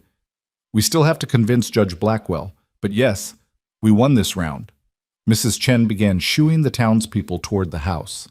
You all stay for lunch. Mrs. Chen makes special meal to thank you for helping. I should get back to the store, Mr. Schultz protested. You stay, Mrs. Chen commanded. Store can wait. Good deeds deserve good food. This is rule. As the unlikely group filed into the house, Dutch Henderson hung back, catching Grant's arm. Ashford, a word? They stepped aside, and Sarah, who'd learned that important conversations often required eavesdropping, lingered near the door. I wasn't lying in there, Dutch said gruffly, about what I'd planned for that girl if I'd bought her. It wasn't kind.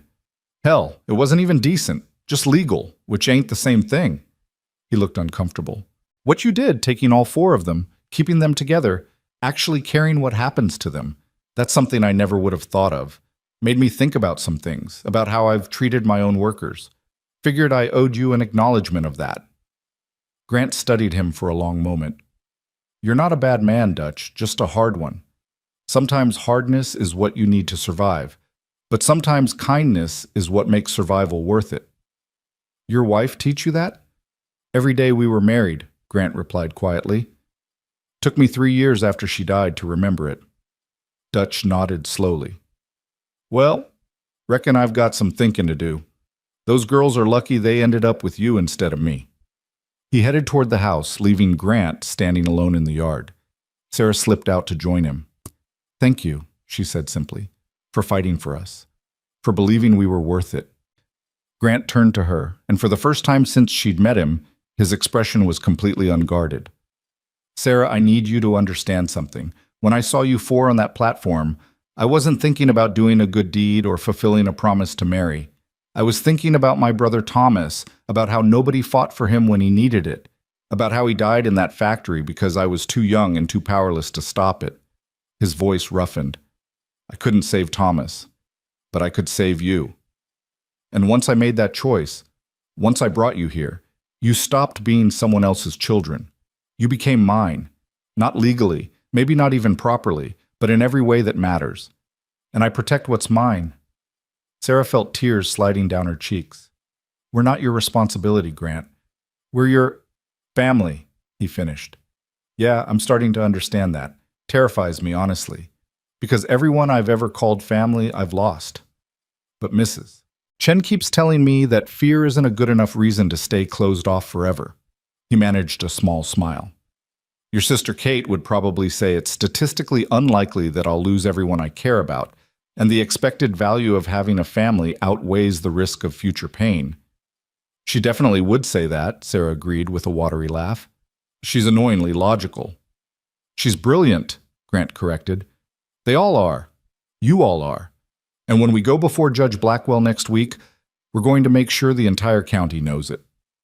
Inside, Mrs. Chen was orchestrating a feast with her usual efficiency, somehow producing enough food to feed 15 people on an hour's notice.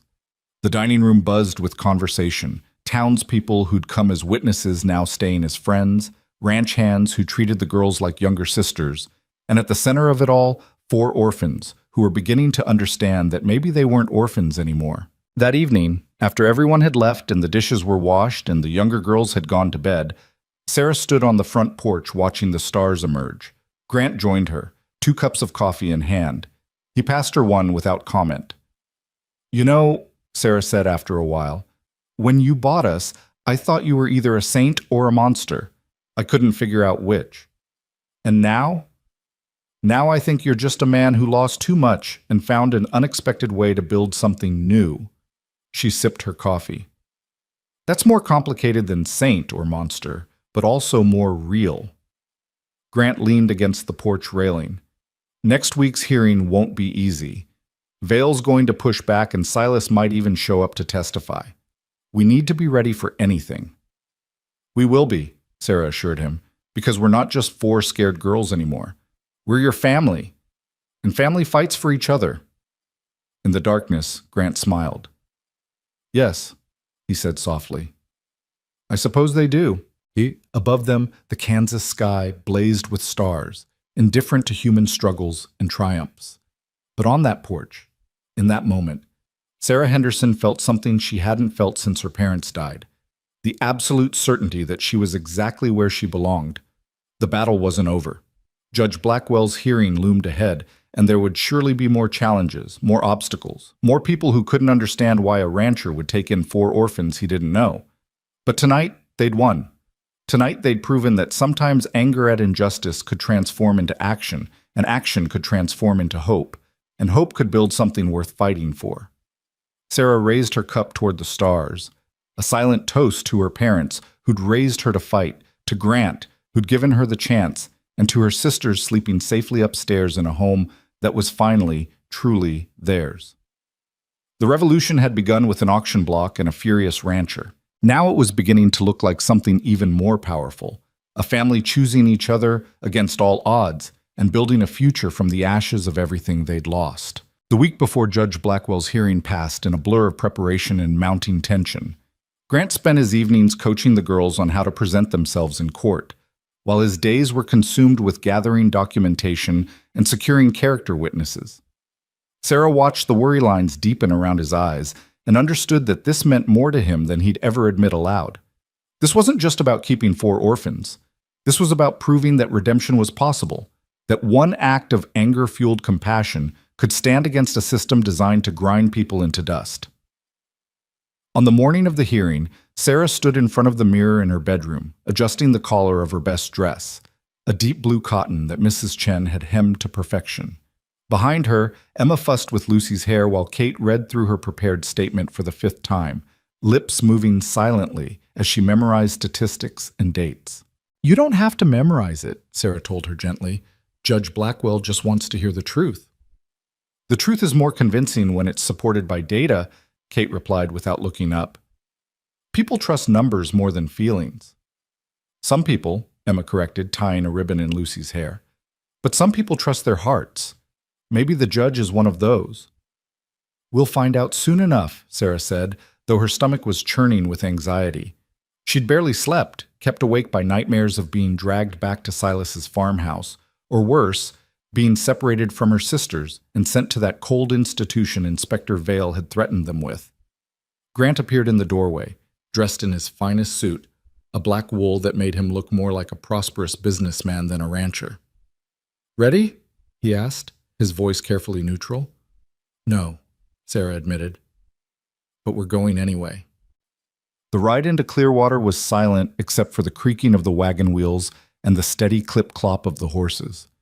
Mrs. Chen had stayed behind, though she'd pressed a small jade pendant into Sarah's hand before they left. "For luck," she'd whispered. "Mrs. Chen's mother give to her when she leave China. Bring much protection. You bring back to Mrs. Chen tonight, yes?" Sarah clutched the pendant now, feeling its smooth warmth against her palm. As the town came into view, she saw that Main Street was more crowded than usual. Word of the hearing had spread, and it seemed half the county had turned out to watch. "Grant," she said quietly, "why are there so many people?" His jaw tightened. "Because we're entertainment, a spectacle. Orphans and outcasts challenging the system makes for good gossip." Then his expression softened slightly. "But some of them are here to support us. Look." He pointed to a cluster of familiar faces near the courthouse steps. Mr. Schultz stood beside Doc Henderson, both men in their Sunday best. Mrs. Hartwell had brought 3 other women from the church. Red Donovan leaned against a post, chewing tobacco and glaring at anyone who came too close. Even Dutch Henderson had shown up, looking profoundly uncomfortable in a starched collar. And there, separate from the supportive crowd, stood Inspector Vale with 2 severe-looking men in expensive suits. Lawyers, Sarah realized with a sinking heart. Vale had brought lawyers. "Grant," she said urgently, "we don't have a lawyer." "I know," he replied grimly. "Couldn't afford one. We're going to have to present our own case." "Against trained legal counsel?" Kate's voice rose with rare panic. "That's not a fair fight." "Nothing about this is fair, Kate," Grant said as he pulled the wagon to a stop. "But fair and right aren't the same thing. We've got the truth on our side. Sometimes that has to be enough." Well, and they climbed down and made their way through the crowd, feeling eyes on them from every direction. Sarah heard whispers, some sympathetic, others speculative, a few openly hostile. Someone muttered something about improper household arrangements, and Grant's hand twitched toward his side, but he kept walking. The courthouse was a two-story brick building that smelled of old wood and older secrets. Inside, Judge Thaddeus Blackwell's courtroom occupied the entire first floor, with high windows that let in slanting morning light. The judge himself was already seated behind his massive oak bench, a man in his 60s with iron gray hair and a face that suggested he'd seen every variety of human foolishness and been unimpressed by all of it. Sheriff Morrison stood near the front, looking like he'd rather be anywhere else. Inspector Vale took a seat at the prosecutor's table with his lawyers, arranging papers with precise movements. Grant led the girls to the defendant's table, which suddenly seemed very small and very exposed. As people filed into the gallery, Sarah noticed someone slipping in through the side door, someone who made her blood run cold. Silas Crane, dressed in clothes too fine for his station, clearly purchased with Grant's $100. He caught Sarah's eye and smirked, a look that promised retribution for whatever embarrassment she'd caused him. "Don't react," Grant murmured, following her gaze. "That's what he wants. Let him hang himself with his own lies." Judge Blackwell banged his gavel, and the courtroom fell silent. "This hearing is now in session. We're here to determine the legal status of 4 minor children currently residing with Mr. Grant Ashford of Twin Pines Ranch. Inspector Lawrence Vale has filed a complaint on behalf of the Kansas Bureau of Child Welfare, asserting that these children were acquired through illegal means and should be removed to state custody. Mr. Ashford contests this claim. Inspector Vale, you may present your case." Vale rose with the smooth confidence of a man accustomed to winning. "Your Honor, this case is quite simple. Mr. Silas Crane, legal guardian of the 4 Henderson children, was coerced into surrendering his wards through threats of physical violence. The transaction took place while Mr. Crane was in an impaired state, unable to properly consent. Furthermore, the children are currently living in a household that violates basic standards of propriety.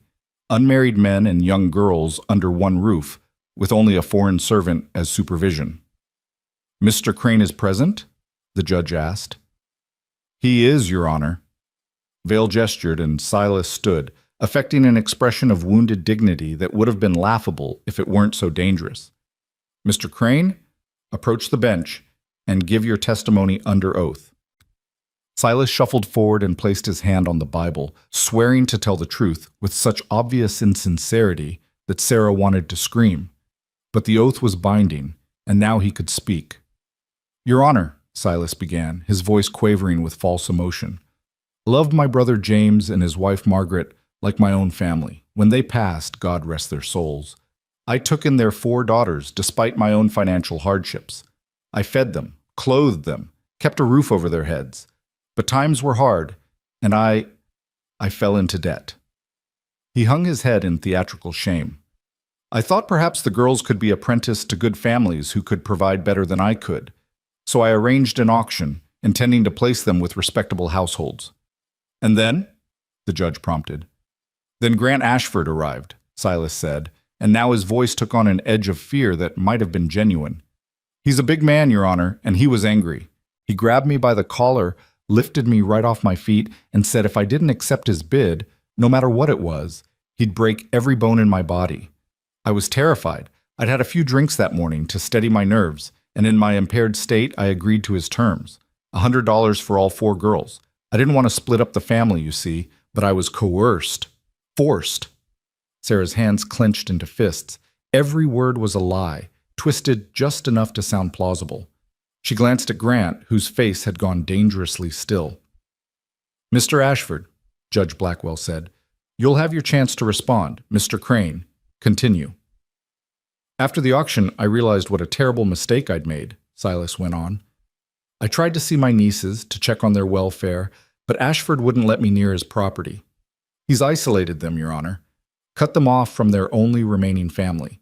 For all I know, they're being mistreated, worked like servants. That's a lie." The words burst from Sarah before she could stop them. She was on her feet, trembling with fury. "Everything he just said is a lie." Judge Blackwell's gavel cracked like thunder. "Young lady, you will sit down and remain silent until called upon, or I will have you removed from this courtroom. Do you understand?" Sarah sat, but she met the judge's eyes steadily. "Yes, Your Honor, I understand. But I also understand the difference between truth and lies, and what we just heard was lies." A murmur ran through the gallery. The judge studied her for a long moment, then turned back to Silas. Mr. Crane, you claim Mr. Ashford threatened you. Were there witnesses to this threat? Well, no, Your Honor. He was careful about that. But the auctioneer, Marcus Blackwood, he saw— Mr. Blackwood has left the state, Vale interjected smoothly. However, we have Mr. Crane's sworn testimony, which should be given due weight. And what about the 50 other people at that auction? Grant asked, his voice cutting through the courtroom. Your Honor, with respect, I'd like to call witnesses who can testify to what actually happened that day. Judge Blackwell nodded. You may do so. But first, Inspector Vale, have you completed presenting your case? One more point, Your Honor. Vale stood again. Even if we set aside the question of coercion, there remains the matter of propriety. These girls are living in a household with 6 unmarried men. The potential for corruption or abuse is significant. The state has appropriate facilities where they can be properly supervised and educated. What facilities? Kate stood up, her 10-year-old voice clear as a bell. Your Honor, may I present evidence about these facilities Inspector Vale considers appropriate? The judge looked startled. Young lady, this is highly irregular. So is selling children at auction, Kate replied with devastating logic. Yet here we are. I have data that's relevant to this case. May I present it? Judge Blackwell's lips twitched, almost a smile. Very well.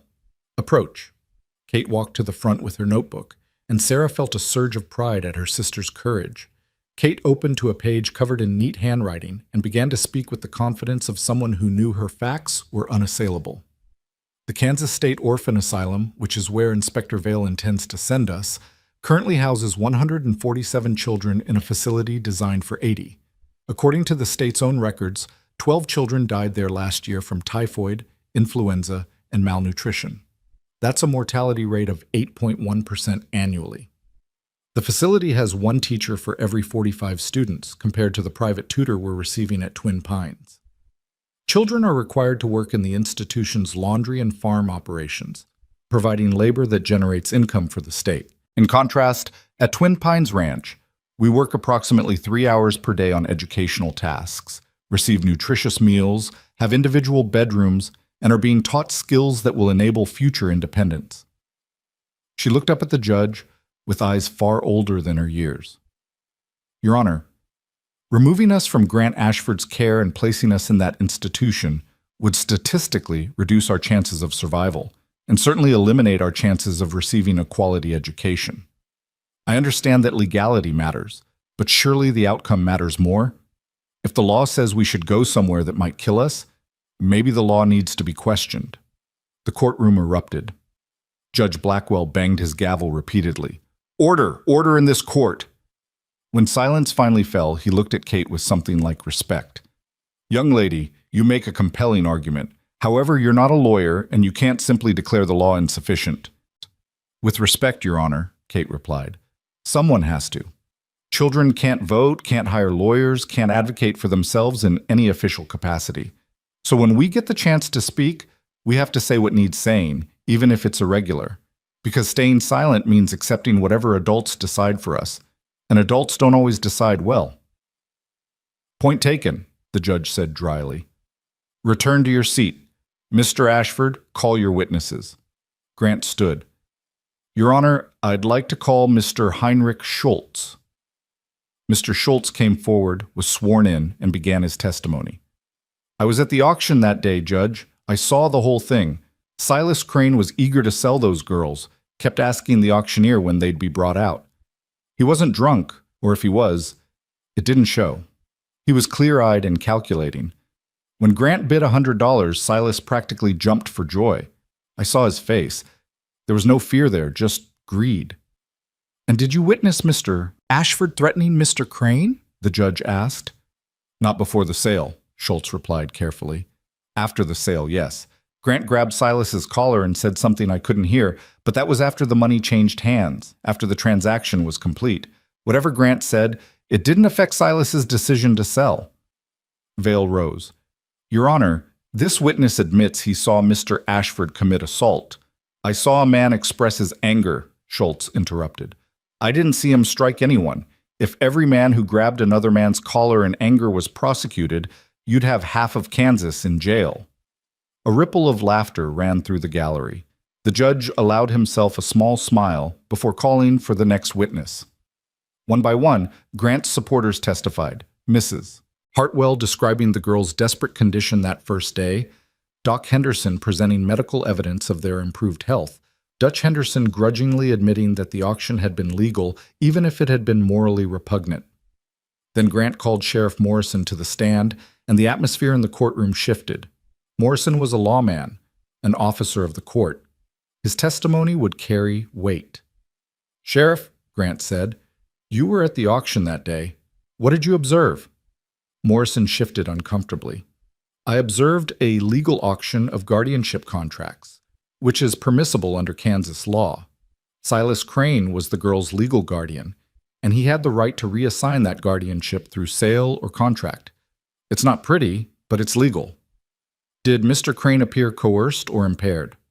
"No, sir. He appeared eager and calculating. I remember thinking it was a shameful thing he was doing, but not an illegal thing." "And after the sale?" Morrison hesitated. "I saw you grab his collar. I heard you say something that sounded like a threat. But the sale was already complete by then. Whatever you said didn't influence the transaction itself." "Thank you, Sheriff." Grant turned to the judge. "Your Honor, I won't deny that I threatened Silas Crane. He'd just sold 4 children like cattle, and I was angry enough to do violence. But I contained that anger until after the legal transaction was complete. I paid fair market price. Actually, I paid well over market price for the legal transfer of guardianship. Everything I did was within the bounds of Kansas law." Inspector Vale stood quickly. "Your Honor, the law requires that such transfers be in the best interest of the children. Living in a house with unmarried men cannot possibly be considered appropriate." "I'd like to call Mary Chen to testify," Grant interrupted. The courtroom doors opened, and Mrs. Chen entered, dressed in her finest silk cheongsam, moving with dignity that commanded respect despite the prejudice Sarah knew she faced. She was sworn in, her hand steady on the Bible. "Mrs. Chen," Grant said gently, "please tell the court about your role in my household." "I am housekeeper and cook at Twin Pines Ranch," Mrs. Chen said, her accent more pronounced in the formal setting, but her words clear. "I live in-house. I supervise all domestic matters, and I watch over Henderson girls like they my own daughters." "Inspector Vale suggests you're not adequate supervision," Grant said. "What would you say to that?" Mrs. Chen's eyes flashed. "I say Inspector Vale is ignorant man who judge people by skin color and accent instead of character. Mrs. Chen raised 6 children in China, all grow to be respectable adults. Mrs. Chen run household for Grant Ashford 3 years with no scandal, no impropriety, no problems. Girls are never alone with ranch hands. They have separate living quarters. They're clothed, fed, educated, protected. What more must Mrs. Chen do to be adequate? Be white? Be American-born?" She looked directly at Vale. "Mrs. Chen cannot change ancestors. But Mrs. Chen can be good guardian, and Mrs. Chen is." The courtroom was utterly silent. Even Vale seemed momentarily at a loss for words. Judge Blackwell leaned forward. "Mrs. Chen, in your observation, are these girls being mistreated in any way?" "No, Your Honor, they are treated with respect, kindness, and discipline when needed. They work, but not too hard. They learn, and they thrive. If court take them away, it break their hearts, and maybe break their spirits too. They already lose mother, father, home. They cannot lose another family." "Another family?" the judge repeated. "You consider them family?" "Of course," Mrs. Chen said simply. "Family is not just blood. Family is people who choose each other, who protect each other, who want each other to succeed. Grant choose these girls. Girls choose him back. That is family." As Mrs. Chen returned to her seat, Sarah saw several people in the gallery wiping their eyes. Even Sheriff Morrison looked moved, but Silas's face had gone dark with anger, and Inspector Vale was conferring urgently with his lawyers. "Your Honor," Vale said, "I'd like to call Silas Crane back to the stand to rebut these testimonies." Judge Blackwell nodded, and Silas slouched forward, retaking his oath with visible impatience. Vale began questioning him, trying to reestablish the narrative of coercion and impropriety. But Silas was sweating now, his earlier confidence cracking under the weight of contrary evidence. "Mr. Crane," the judge interrupted, "I have a question for you. If you were so concerned about your niece's welfare, why didn't you visit them before filing this complaint? Twin Pines Ranch is only 5 miles from your property." Silas stammered, I was afraid of Ashford. He threatened me. You're claiming you were too afraid to check on your beloved nieces?" The judge's skepticism was palpable. "Yet you had the courage to file an official complaint with the State Bureau and appear in this courtroom?"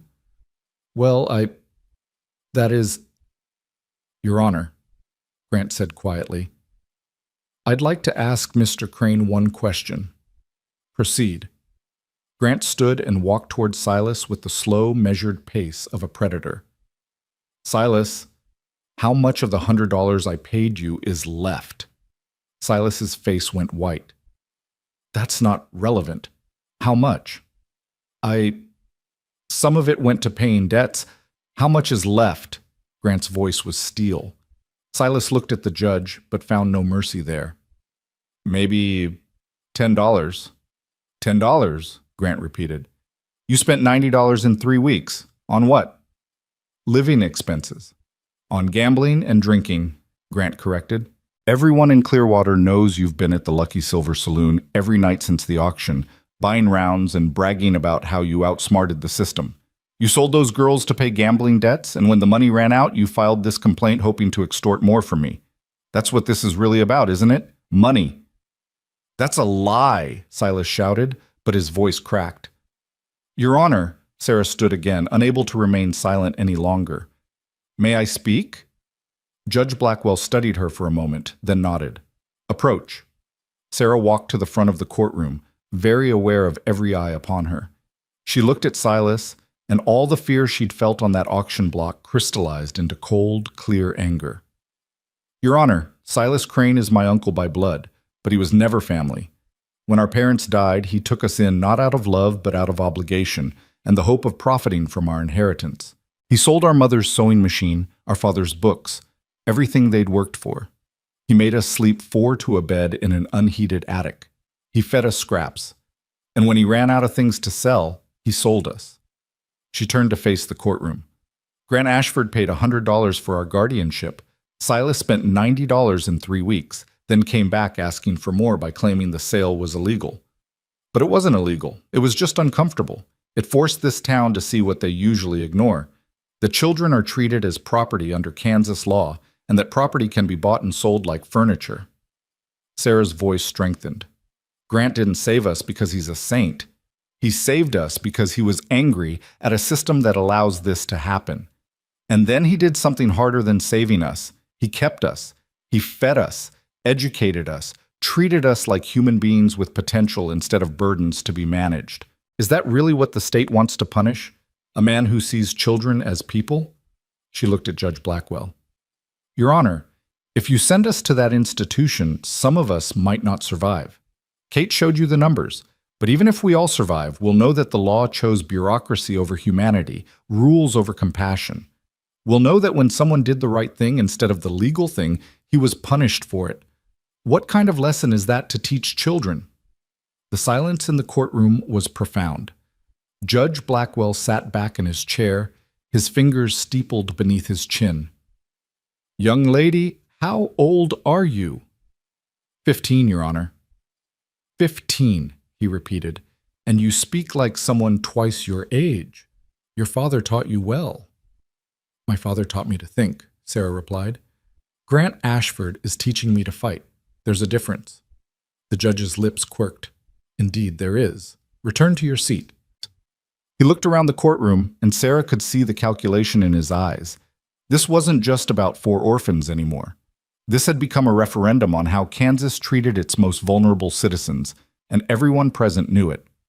"Inspector Vale," the judge said, "do you have any further evidence to present?" Vale stood, his expression tight. "Your Honor, the legal irregularities remain, regardless of Mr. Ashford's intentions. His intentions are irrelevant to the law," Judge Blackwell interrupted. What matters is whether the transaction was legal. Sheriff Morrison has testified it was. Multiple witnesses have confirmed that Mr. Crane was not coerced at the time of sale. The subsequent threat, while regrettable, did not affect the validity of the transaction. As for the question of propriety, Mrs. Chen's testimony satisfies me that the girls are adequately supervised. Unless you have evidence of actual harm or abuse, I see no legal grounds for removal. Vale's face darkened. Your Honor, I must protest. You may protest all you like, Inspector, but you will do so outside my courtroom. The judge banged his gavel. I find that the transfer of guardianship from Silas Crane to Grant Ashford was legally executed and is in the best interests of the children involved. The complaint is dismissed. The girls will remain in Mr. Ashford's custody. The courtroom erupted into noise, cheers from Grant's supporters, angry muttering from Vale and his lawyers, and one furious shout from Silas before Sheriff Morrison escorted him forcibly from the building. Sarah felt her knees go weak with relief. Emma was crying. Kate had her eyes closed, lips moving in what might have been calculations or prayers. Lucy had thrown her arms around Mrs. Chen and was refusing to let go. Grant stood perfectly still, as if afraid that moving might shatter the moment. Then Judge Blackwell called him forward. Mr. Ashford, the judge said quietly, I'm making this custody arrangement official and permanent, but I'm also putting you on notice. Those girls are now legally your responsibility. If they're harmed, neglected, or exploited, you will answer to me personally. Is that clear? Crystal clear, Your Honor, Grant replied. And thank you. Don't thank me. I didn't do this for you. I did it because those girls deserve better than what the law usually provides. He looked past Grant to where the sisters stood clustered together. And because they're right, sometimes the right thing and the legal thing aren't the same, and someone has to have the courage to choose right over easy. As they filed out of the courthouse, Sarah felt like she was floating. People crowded around them, Mr. Schultz shaking Grant's hand, Mrs. Hartwell hugging each girl in turn, Doc Henderson promising to stop by the ranch next week to check on everyone. Even Dutch Henderson nodded grudgingly to Grant, a gesture that might have been respect. Inspector Vale stood apart, his expression venomous. This isn't over, Ashford, he said as Grant passed. I'll be watching. One mistake, one slip, and I'll be back. Then watch closely, Grant replied evenly. You're going to see 4 girls grow into remarkable women. Should be educational for you. On the ride back to Twin Pines, the girls were giddy with relief and leftover adrenaline. Emma sang at the top of her lungs. Kate recited increasingly absurd statistical analyses. Lucy made Grant stop the wagon so she could pick wildflowers for Mrs. Chen. Only Sarah remained quiet, processing everything that had happened. Grant noticed.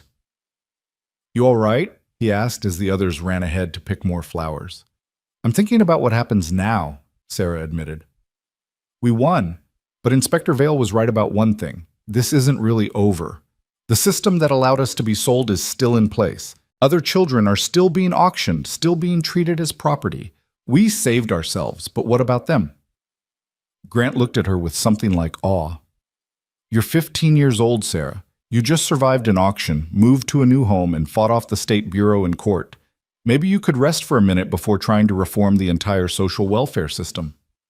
Could you? Sarah challenged.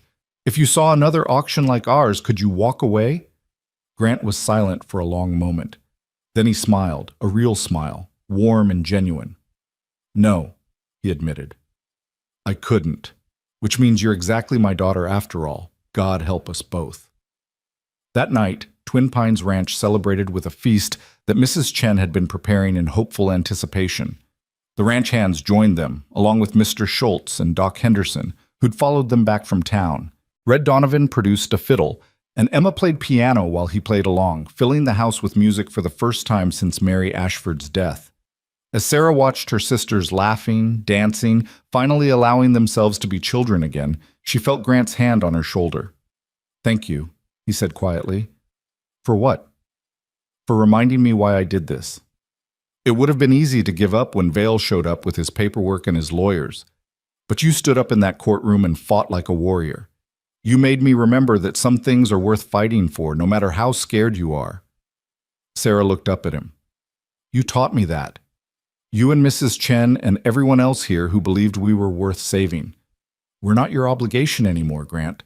We're your family, and families fight for each other. Yes, Grant said softly. They do. In the years to come, Sarah would look back on this night as the moment when everything truly changed. They'd won the legal battle, but more importantly, they'd proven something to themselves and to Clearwater. That children were people, not property. That families could be chosen, not just inherited. That anger at injustice could transform into action, and action could change lives. But that night, Sarah didn't know about the future. She only knew that for the first time since her parents died, she felt safe, protected, home. And as the music swirled around her and her sisters danced in the lamplight, Sarah Henderson allowed herself to believe in possibility again. The revolution had been won in a courtroom with words and evidence and the courage of people willing to speak truth to power. Now came the harder part. Building something that would last, something that would ensure no other children would stand on an auction block and wonder if anyone would fight for them. But that was a battle for tomorrow. Tonight was for celebration, for family, for the pure joy of survival against impossible odds. Tonight, they had won. And that, Sarah thought, as she joined her sisters in the dance, was enough. The celebration lasted until midnight, but the real work began the next morning when Sarah woke to find Grant already in his office, writing letters by lamplight, though dawn hadn't yet broken. She paused in the doorway, watching him scratch words onto paper with fierce concentration, his coffee gone cold beside him. "You're up early," she said softly. Grant didn't startle, just kept writing. "Can't sleep. Keep thinking about what you said yesterday, about the other children, about how winning our case doesn't change the system that created it in the first place." Sarah moved closer and saw that he was composing a letter to the Kansas State Legislature. Her breath caught as she read over his shoulder. "And therefore I propose that the practice of selling guardianship contracts be abolished in favor of a supervised placement system that prioritizes the welfare of children over the financial interests of their guardians." "You're serious about this," she said, wonder in her voice. "Mary always said that surviving tragedy gives you two choices," Grant replied without looking up. "You can become bitter and closed, or you can become better and open. I chose bitter for 3 years. Maybe it's time I tried the other way." He finally met her eyes. "But I can't do this alone. I'm a rancher, Sarah, not a reformer. I don't know how to change laws. I barely know how to follow them." "Then we'll learn together," Sarah said, pulling up a chair beside him. "What do you need?" What followed were weeks of relentless work that transformed Twin Pines Ranch from a simple cattle operation into the nerve center of something much larger. Grant contacted every newspaper in Kansas, telling their story and challenging other ranchers and businessmen to examine their own practices. Sarah wrote letters to state legislators, each one carefully researched and precisely argued. Kate compiled statistics on orphan mortality rates, institutional failures, and the economic benefits of educated versus exploited children. Emma composed a musical piece she called The Auction Block Symphony, which made grown men weep when she performed it at the Clearwater Town Hall. And Lucy, in her quiet way, continued working with the horses, proving daily that children given the chance to thrive would exceed every expectation. Mrs. Chen kept them all fed, caffeinated, and focused, ruling the household with benevolent tyranny. "You want to change world?" she'd say, shoving plates of food at them.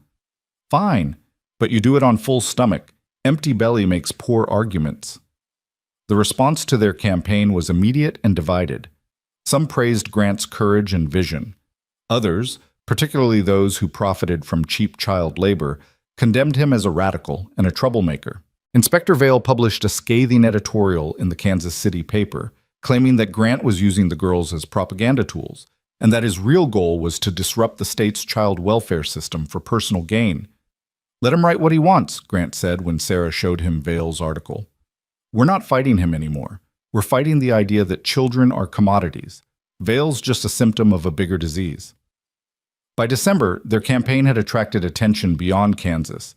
A reporter from Harper's Weekly arrived to interview them, and his subsequent article, The Rancher Who Bought Freedom, How 4 Orphans and 1 Angry Man Are Challenging Kansas Law, created a national sensation. Suddenly, letters poured in from across the country. Some were from other families who'd taken in orphans and wanted to share their stories. Others were from children in institutions, begging for help. A few were from legislators in other states, asking how they might implement similar reforms. The weight of it all threatened to crush them. Sarah would wake in the night, overwhelmed by the responsibility they'd taken on. How could 4 orphan girls and a widowed rancher possibly change a system as entrenched as child welfare? It seemed impossible, hubristic even. But then she'd remember standing on that auction block, remember the feeling of being reduced to livestock, remember Grant's fury as he bid $100 for their lives. If one act of anger could save 4 children, what could sustained effort accomplish? On a cold January morning in 1888, 4 months after the court hearing, a telegram arrived. Grant read it twice, then called everyone into the dining room. His face was unreadable as he held up the thin paper. The Kansas State Legislature has agreed to hear testimony about orphan welfare reform, he announced. They want us to come to Topeka next month to present our case before the Committee on Public Welfare. The room erupted. Emma squealed and hugged Kate, who actually smiled, a rare occurrence when mathematics wasn't involved. Lucy jumped up and down until Mrs. Chen caught her and reminded her that proper young ladies didn't bounce like rabbits. Sarah felt tears streaming down her face and made no effort to stop them. "This is it," she breathed. "This is our chance to actually change things." Grant's expression remained serious. "It's a chance. Nothing more. The committee could listen politely and do nothing. They could dismiss us as naive idealists. We could travel all that way and accomplish exactly nothing. Or," Sarah countered, "we could travel all that way and start a revolution." "A revolution," Grant repeated, and now he smiled, that rare, warm smile that transformed his entire face. "My angry 15-year-old revolutionary. Your father would be so proud. Your mother, too." They spent the next 3 weeks preparing their testimony with the intensity of generals planning a campaign. Sarah drafted and redrafted their core arguments. Kate created visual presentations, charts and graphs that made abstract suffering into concrete data. Emma composed a piece specifically for the hearing, something that would capture the emotional truth of their experience. Lucy worked with Grant on a practical proposal for ranch-based fostering, a system where working families could take in orphans, not as servants, but as apprentices, teaching them trades while providing education and care. The night before they left for Topeka, Sarah found herself unable to sleep. She wandered down to the kitchen and found Mrs. Chen preparing food for their journey, enough to feed an army naturally. "Cannot sleep?" Mrs. Chen asked without turning around. "Too much thinking," Sarah admitted. "What if we fail? What if the committee laughs at us? What if sky falls?" Mrs. Chen interrupted. "What if sun forgets to rise? Cannot live life worrying about what ifs, Sarah. Can only do best and trust that best is enough." "But what if our best isn't enough?" Now Mrs. Chen did turn, fixing Sarah with a look that had cowed ranch hands twice her size. "You listen to Mrs. Chen now. 4 months ago, you stand on auction block thinking life is over. Today, you prepare to speak before state legislature about changing laws.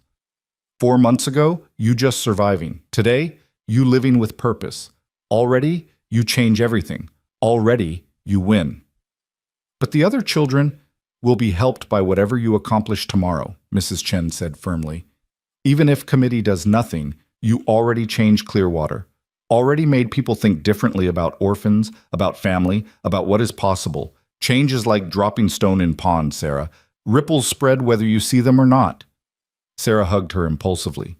"Thank you, Mrs. Chen, for everything, for being the mother we needed when we thought we'd lost ours forever." Mrs. Chen's eyes grew misty. "Yeah. Now you make Mrs. Chen cry into the dumplings. Go to bed, silly girl. Tomorrow you need to be warrior, not weepy child." The journey to Topeka took 2 days by train, the first train ride any of the girls had ever taken.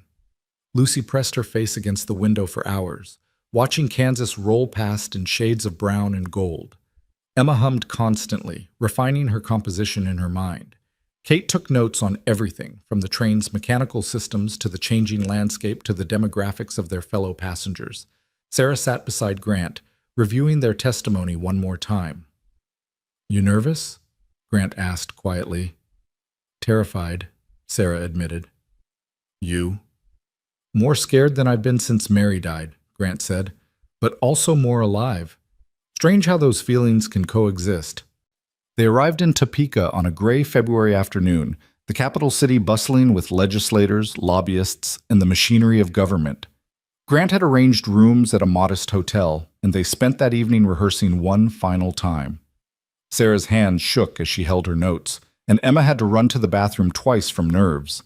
Even Kate seemed rattled, checking and rechecking her statistics obsessively.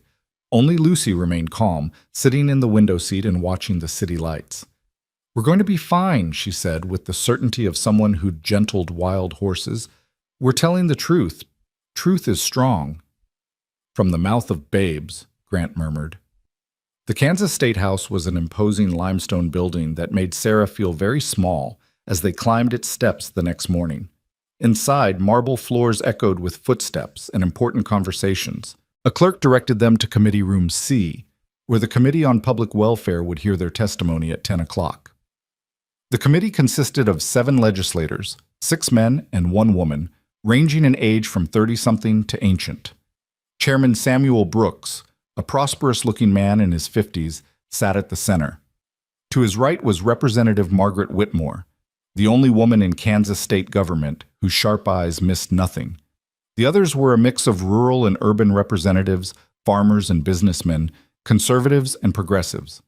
Sarah's heart hammered as they took their seats at the witness table. Behind them, the gallery had filled with spectators, some sympathetic, others clearly hostile. She spotted Inspector Vale sitting in the back row, his expression poisonous. Chairman Brooks banged his gavel. "This hearing will come to order. We're here to receive testimony from Mr. Grant Ashford and the Henderson sisters regarding proposed reforms to Kansas orphan welfare laws. Mr. Ashford, you may proceed." Grant stood, and Sarah saw his hands were steady despite the tension in his shoulders. "Mr. Chairman, members of the committee, thank you for hearing us today. I'm not a politician or a reformer. I'm a rancher who 4 months ago witnessed something that I believe no civilized society should tolerate: the sale of 4 children like livestock to pay their guardians' gambling debts." He proceeded to tell their story, plainly and without embellishment. The auction, his impulsive bid, the struggle with Inspector Vale, the court hearing, and finally, what the girls had accomplished in just 4 months given the chance to thrive instead of merely survive. "These 4 children aren't exceptional because they're special," Grant concluded. "They're exceptional because they were given resources, education, and most importantly, dignity. How many other children are rotting in institutions or being exploited in improper households because the law treats them as transferable property rather than human beings with potential? How many Thomas Ashfords are dying in factories because nobody fights for them?" His voice roughened on his brother's name, and Sarah saw several committee members lean forward with interest. Vulnerability, she realized, was its own kind of strength. Representative Whitmore spoke first. "Mr. Ashford, what exactly are you proposing? We can't simply abolish the guardianship system without an alternative." "We're proposing a supervised placement system," Sarah said, standing before she could lose her courage. "May I explain?" Whitmore nodded, and Sarah launched into the proposal they'd spent weeks developing. Instead of allowing guardians to sell or transfer custody at will, the state would establish a placement board that evaluated potential foster families. Families who took in orphans would receive a modest stipend to help with costs, but would be subject to regular inspections to ensure the children's welfare. Children would be guaranteed education, health care, and the right to report abuse without fear of retaliation. At age 16, they could choose to remain with their foster families or seek independence with the state's assistance. "It's not perfect," Sarah acknowledged, "but it's better than what exists now, where children have no rights and no recourse." "And the cost?" asked Representative Hamilton, a pinch-faced man known for fiscal conservatism. "Your proposal would require a substantial bureaucracy, inspectors, oversight boards, stipends. Where does that money come from?" Kate stood up, her small figure barely visible behind the witness table. "May I address that, sir?" Hamilton looked startled but nodded. Kate pulled out her charts, and Sarah helped her display them where the committee could see. "Currently, the state spends approximately $200 per year per child in institutional care," Kate explained with perfect clarity. "This includes facility maintenance, minimal food and clothing, and inadequate education. Under our proposal, foster families would receive $60 per year per child, less than one-third the institutional cost. The state would save money while providing better outcomes. You're a child, Hamilton said, not unkindly. How do you know these figures? I read the state budget reports, Kate replied. They're public record. Anyone can access them at the state library. I'm surprised more adults don't bother. Laughter rippled through the gallery. Even Chairman Brooks smiled. Young lady, you've done more research than some of my colleagues. Continue. Kate proceeded to demolish every financial objection with devastating precision, citing statistics, precedents from other states, and projected cost savings. By the time she finished, Hamilton was nodding thoughtfully instead of frowning. Mr. Chairman, Representative Whitmore said, I'd like to hear from the other girls. We've heard from Mr. Ashford and Sarah and Kate. What about Emma and Lucy? Emma stood, visibly trembling, but when she spoke, her voice was clear. Ma'am, I can't talk about economics or policy. I only know what it felt like to stand on that auction block thinking my life was over, and what it feels like now to have a home and a piano and a future. I wrote a piece of music about that feeling. May I play it for you? The committee conferred briefly, then Brooks nodded. We have no piano here, Miss Henderson. I brought my violin, said a voice from the gallery. They turned to see a young man standing, a legislative clerk, Sarah realized, who'd been listening intently. If Miss Henderson can hum her melody, I can follow. What followed was something Sarah would remember for the rest of her life. Emma hummed her composition, a haunting melody that started in minor key despair and slowly, painfully, resolved into major key hope. The clerk's violin wove around her voice, amplifying the emotion until there wasn't a dry eye in the room. Even Inspector Vale looked shaken. When the last note faded, Representative Whitmore was openly crying. Thank you, she whispered. Thank you. Lucy stood last. At 6 years old, she was tiny behind the witness table, but her voice was strong. I don't have music or numbers, she said, but I know horses. Grant taught me that horses remember how you treat them. If you're cruel, they never trust you, even if you're nice later. People are like that too. If you treat children like property, they remember. They grow up not trusting anyone, not believing in anything. But if you treat them like they matter, they grow up strong and kind and capable. I'm only 6, so maybe I don't understand complicated things. But I understand that how you treat the weakest people says everything about who you are. And right now, Kansas treats orphans like we don't matter. I think you can do better. The silence that followed was absolute. Chairman Brooks cleared his throat several times before speaking. Does anyone else wish to testify? Inspector Vale stood. I do, Mr. Chairman. Sarah's heart sank as Vale made his way to the front. This was it.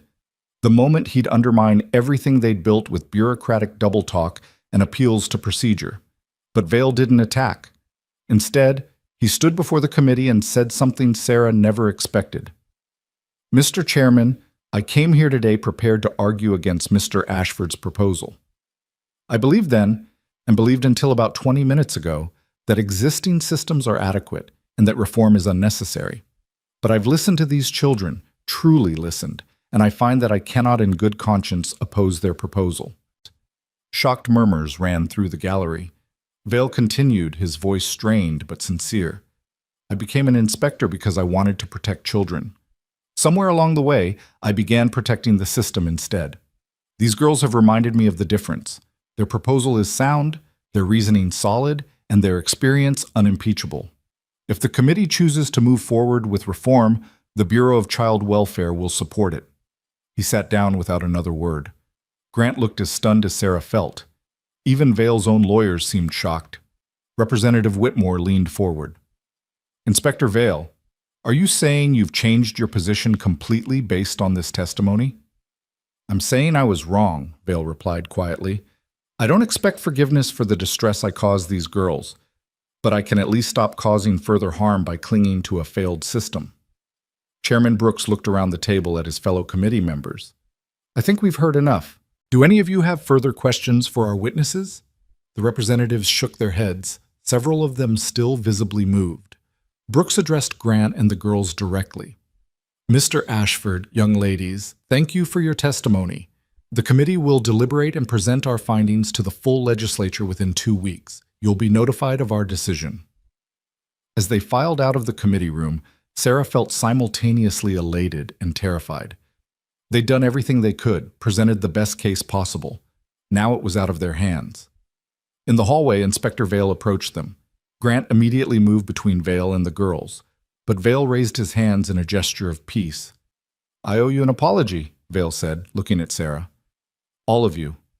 I was so focused on following regulations that I stopped seeing children. I'm sorry for the pain I caused, and I'm sorry I didn't listen sooner. Sarah studied him, searching for deception and finding only exhausted sincerity. We appreciate that, Inspector, and we appreciate your testimony in there. It was the least I could do, Vale replied. He turned to Grant. Mr. Ashford, if the committee approves this reform, I'd like to be involved in implementation. I know I've been your adversary, but I'd like the chance to be an ally instead. Grant extended his hand slowly. People change. Mary always said that. I'm willing to give you that chance if you're willing to earn it. They shook, and something shifted in the air, a sense that maybe, just maybe, they'd started something that would outlast their individual stories. The 2 weeks waiting for the committee's decision were agony. They returned to Twin Pines and tried to resume normal life, but everyone was on edge. Sarah jumped every time a rider approached. Emma played piano obsessively, working through her anxiety in arpeggios and scales. Kate calculated probability distributions for various legislative outcomes until Grant gently suggested she find a less stressful hobby. Lucy spent entire days with the horses, finding peace in their simple, honest company.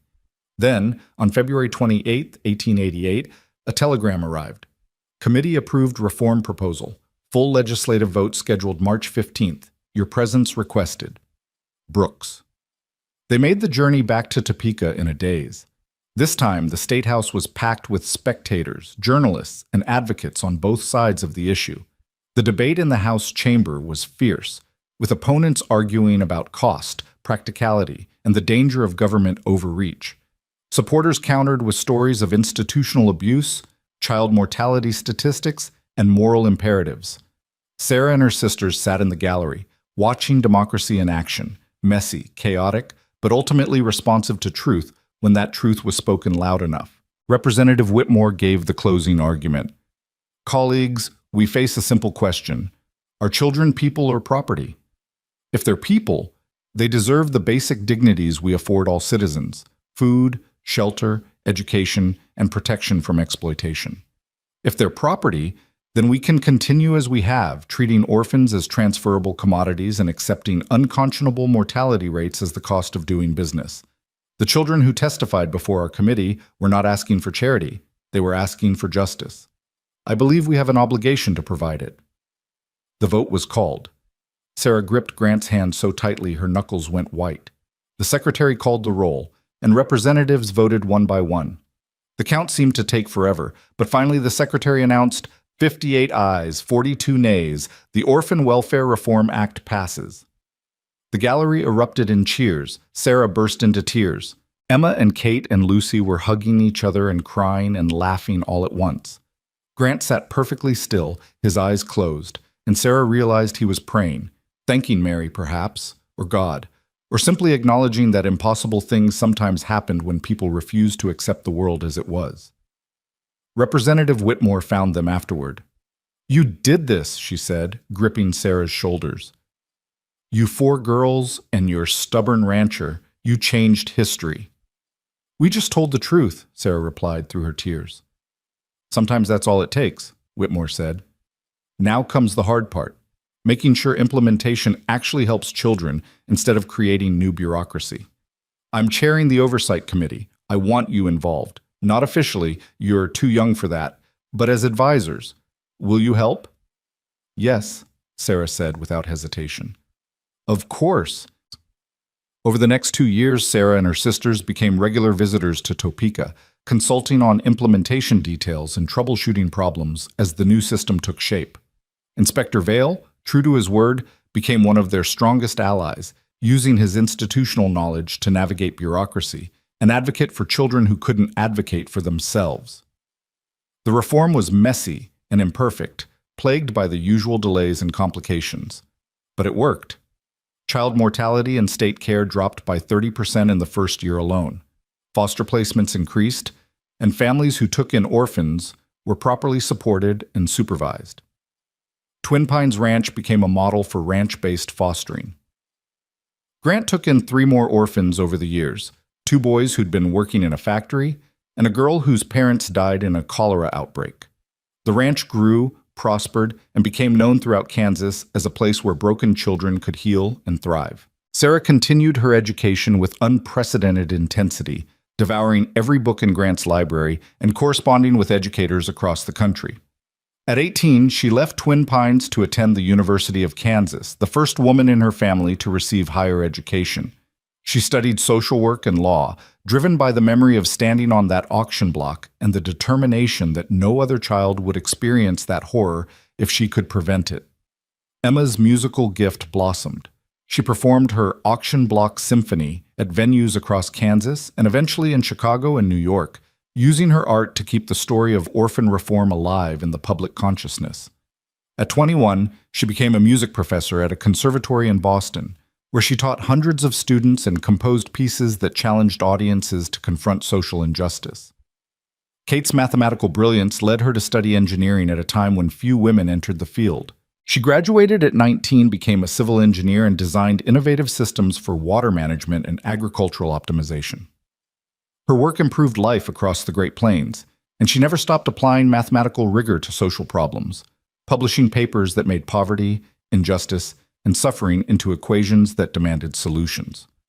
Lucy became a veterinarian, the first female veterinarian in Kansas. Her gift for understanding animals made her legendary, and ranchers traveled for days to seek her expertise.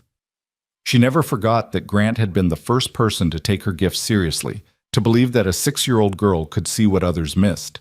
She named her practice Twin Pines Veterinary Clinic in his honor.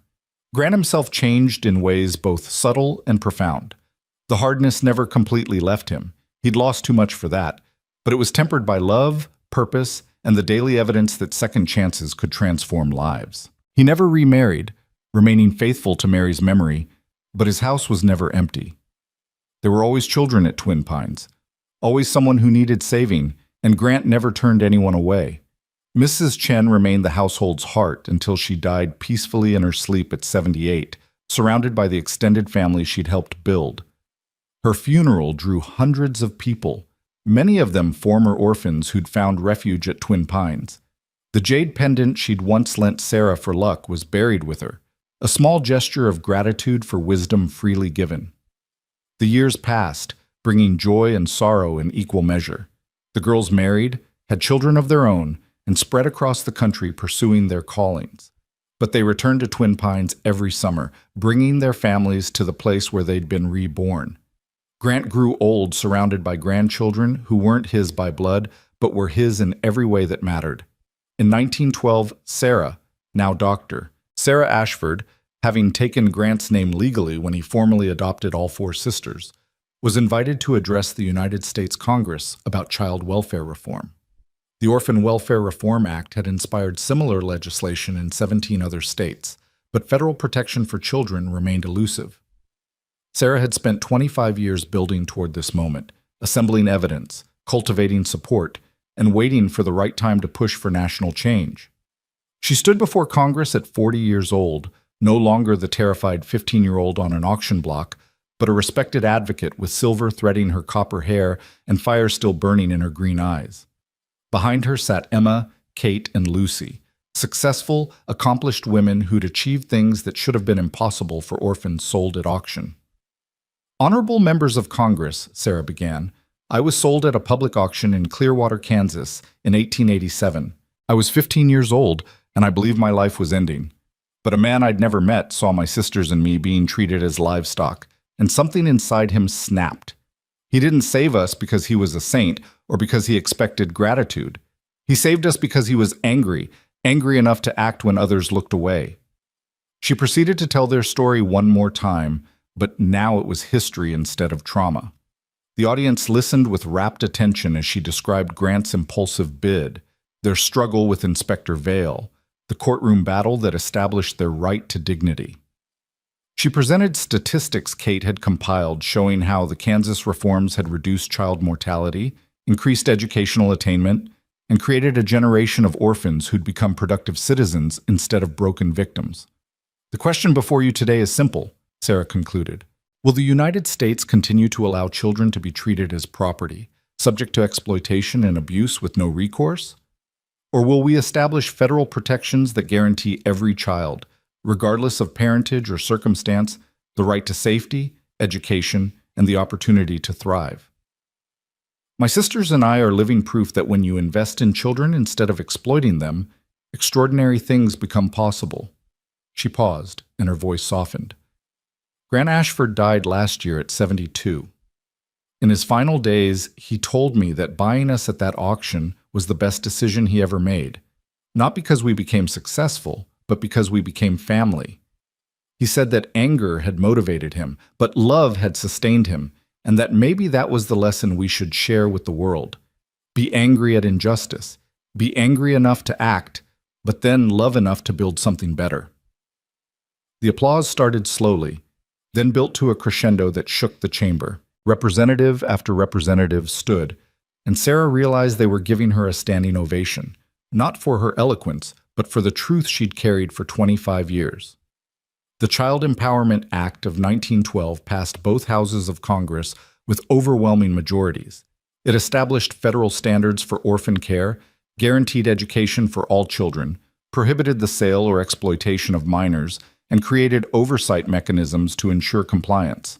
It wasn't perfect, no law ever is, but it was revolutionary.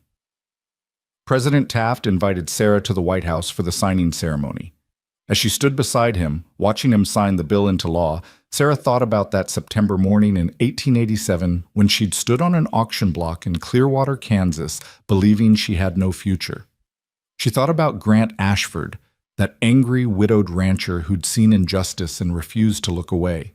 She thought about Mrs. Chen, who'd taught them that family was choice, not blood. She thought about Judge Blackwell, who'd chosen right over easy. She thought about Inspector Vale, who'd found the courage to admit he was wrong.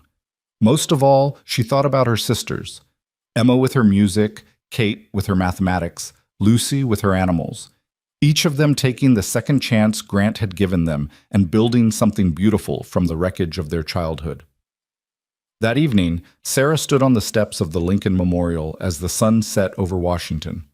Emma had come with her husband and 3 children. Kate had traveled from Chicago with her engineering portfolio under her arm, never able to stop working. Lucy had brought her veterinary bag, just in case, because that was who Lucy was. "We did it," Emma said quietly. "We actually changed the country." "Grant did it," Sarah corrected. "We just carried it forward." "No," Kate said with characteristic precision. "Grant started it. We finished it.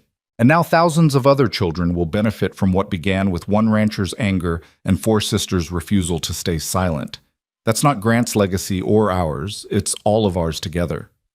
Lucy, who'd remained the quietest of the 4 even in adulthood, spoke with the wisdom of someone who understood animals and therefore understood people. "Grant used to say that love was worth the risk of pain. I think he was right. Loving us hurt him sometimes, reminded him of everyone he'd lost. But he did it anyway, and because he did, we learned to love too.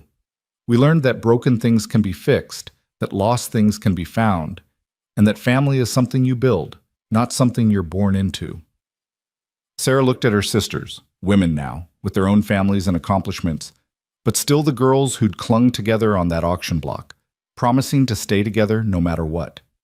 They'd kept that promise, and in keeping it, they'd changed history. "Do you think he knows?" Emma asked. "Grant, I mean. Wherever he is, do you think he knows what we accomplished?"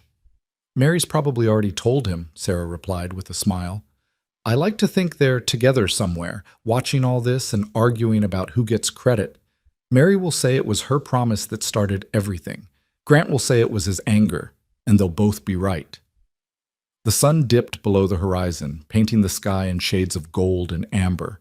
Kansas colors, Sarah thought, even here in Washington. She imagined Grant on the porch at Twin Pines, watching the same sunset, coffee in hand and satisfaction in his eyes. He'd done what he set out to do. He'd protected 4 children, and in protecting them, he'd sparked a movement that would protect millions more. The revolution hadn't happened overnight. It had taken 25 years, countless battles, and the collective effort of thousands of people who believed children deserved better. But it had happened. The auction block in Clearwater, Kansas was gone now, torn down and replaced with a memorial garden.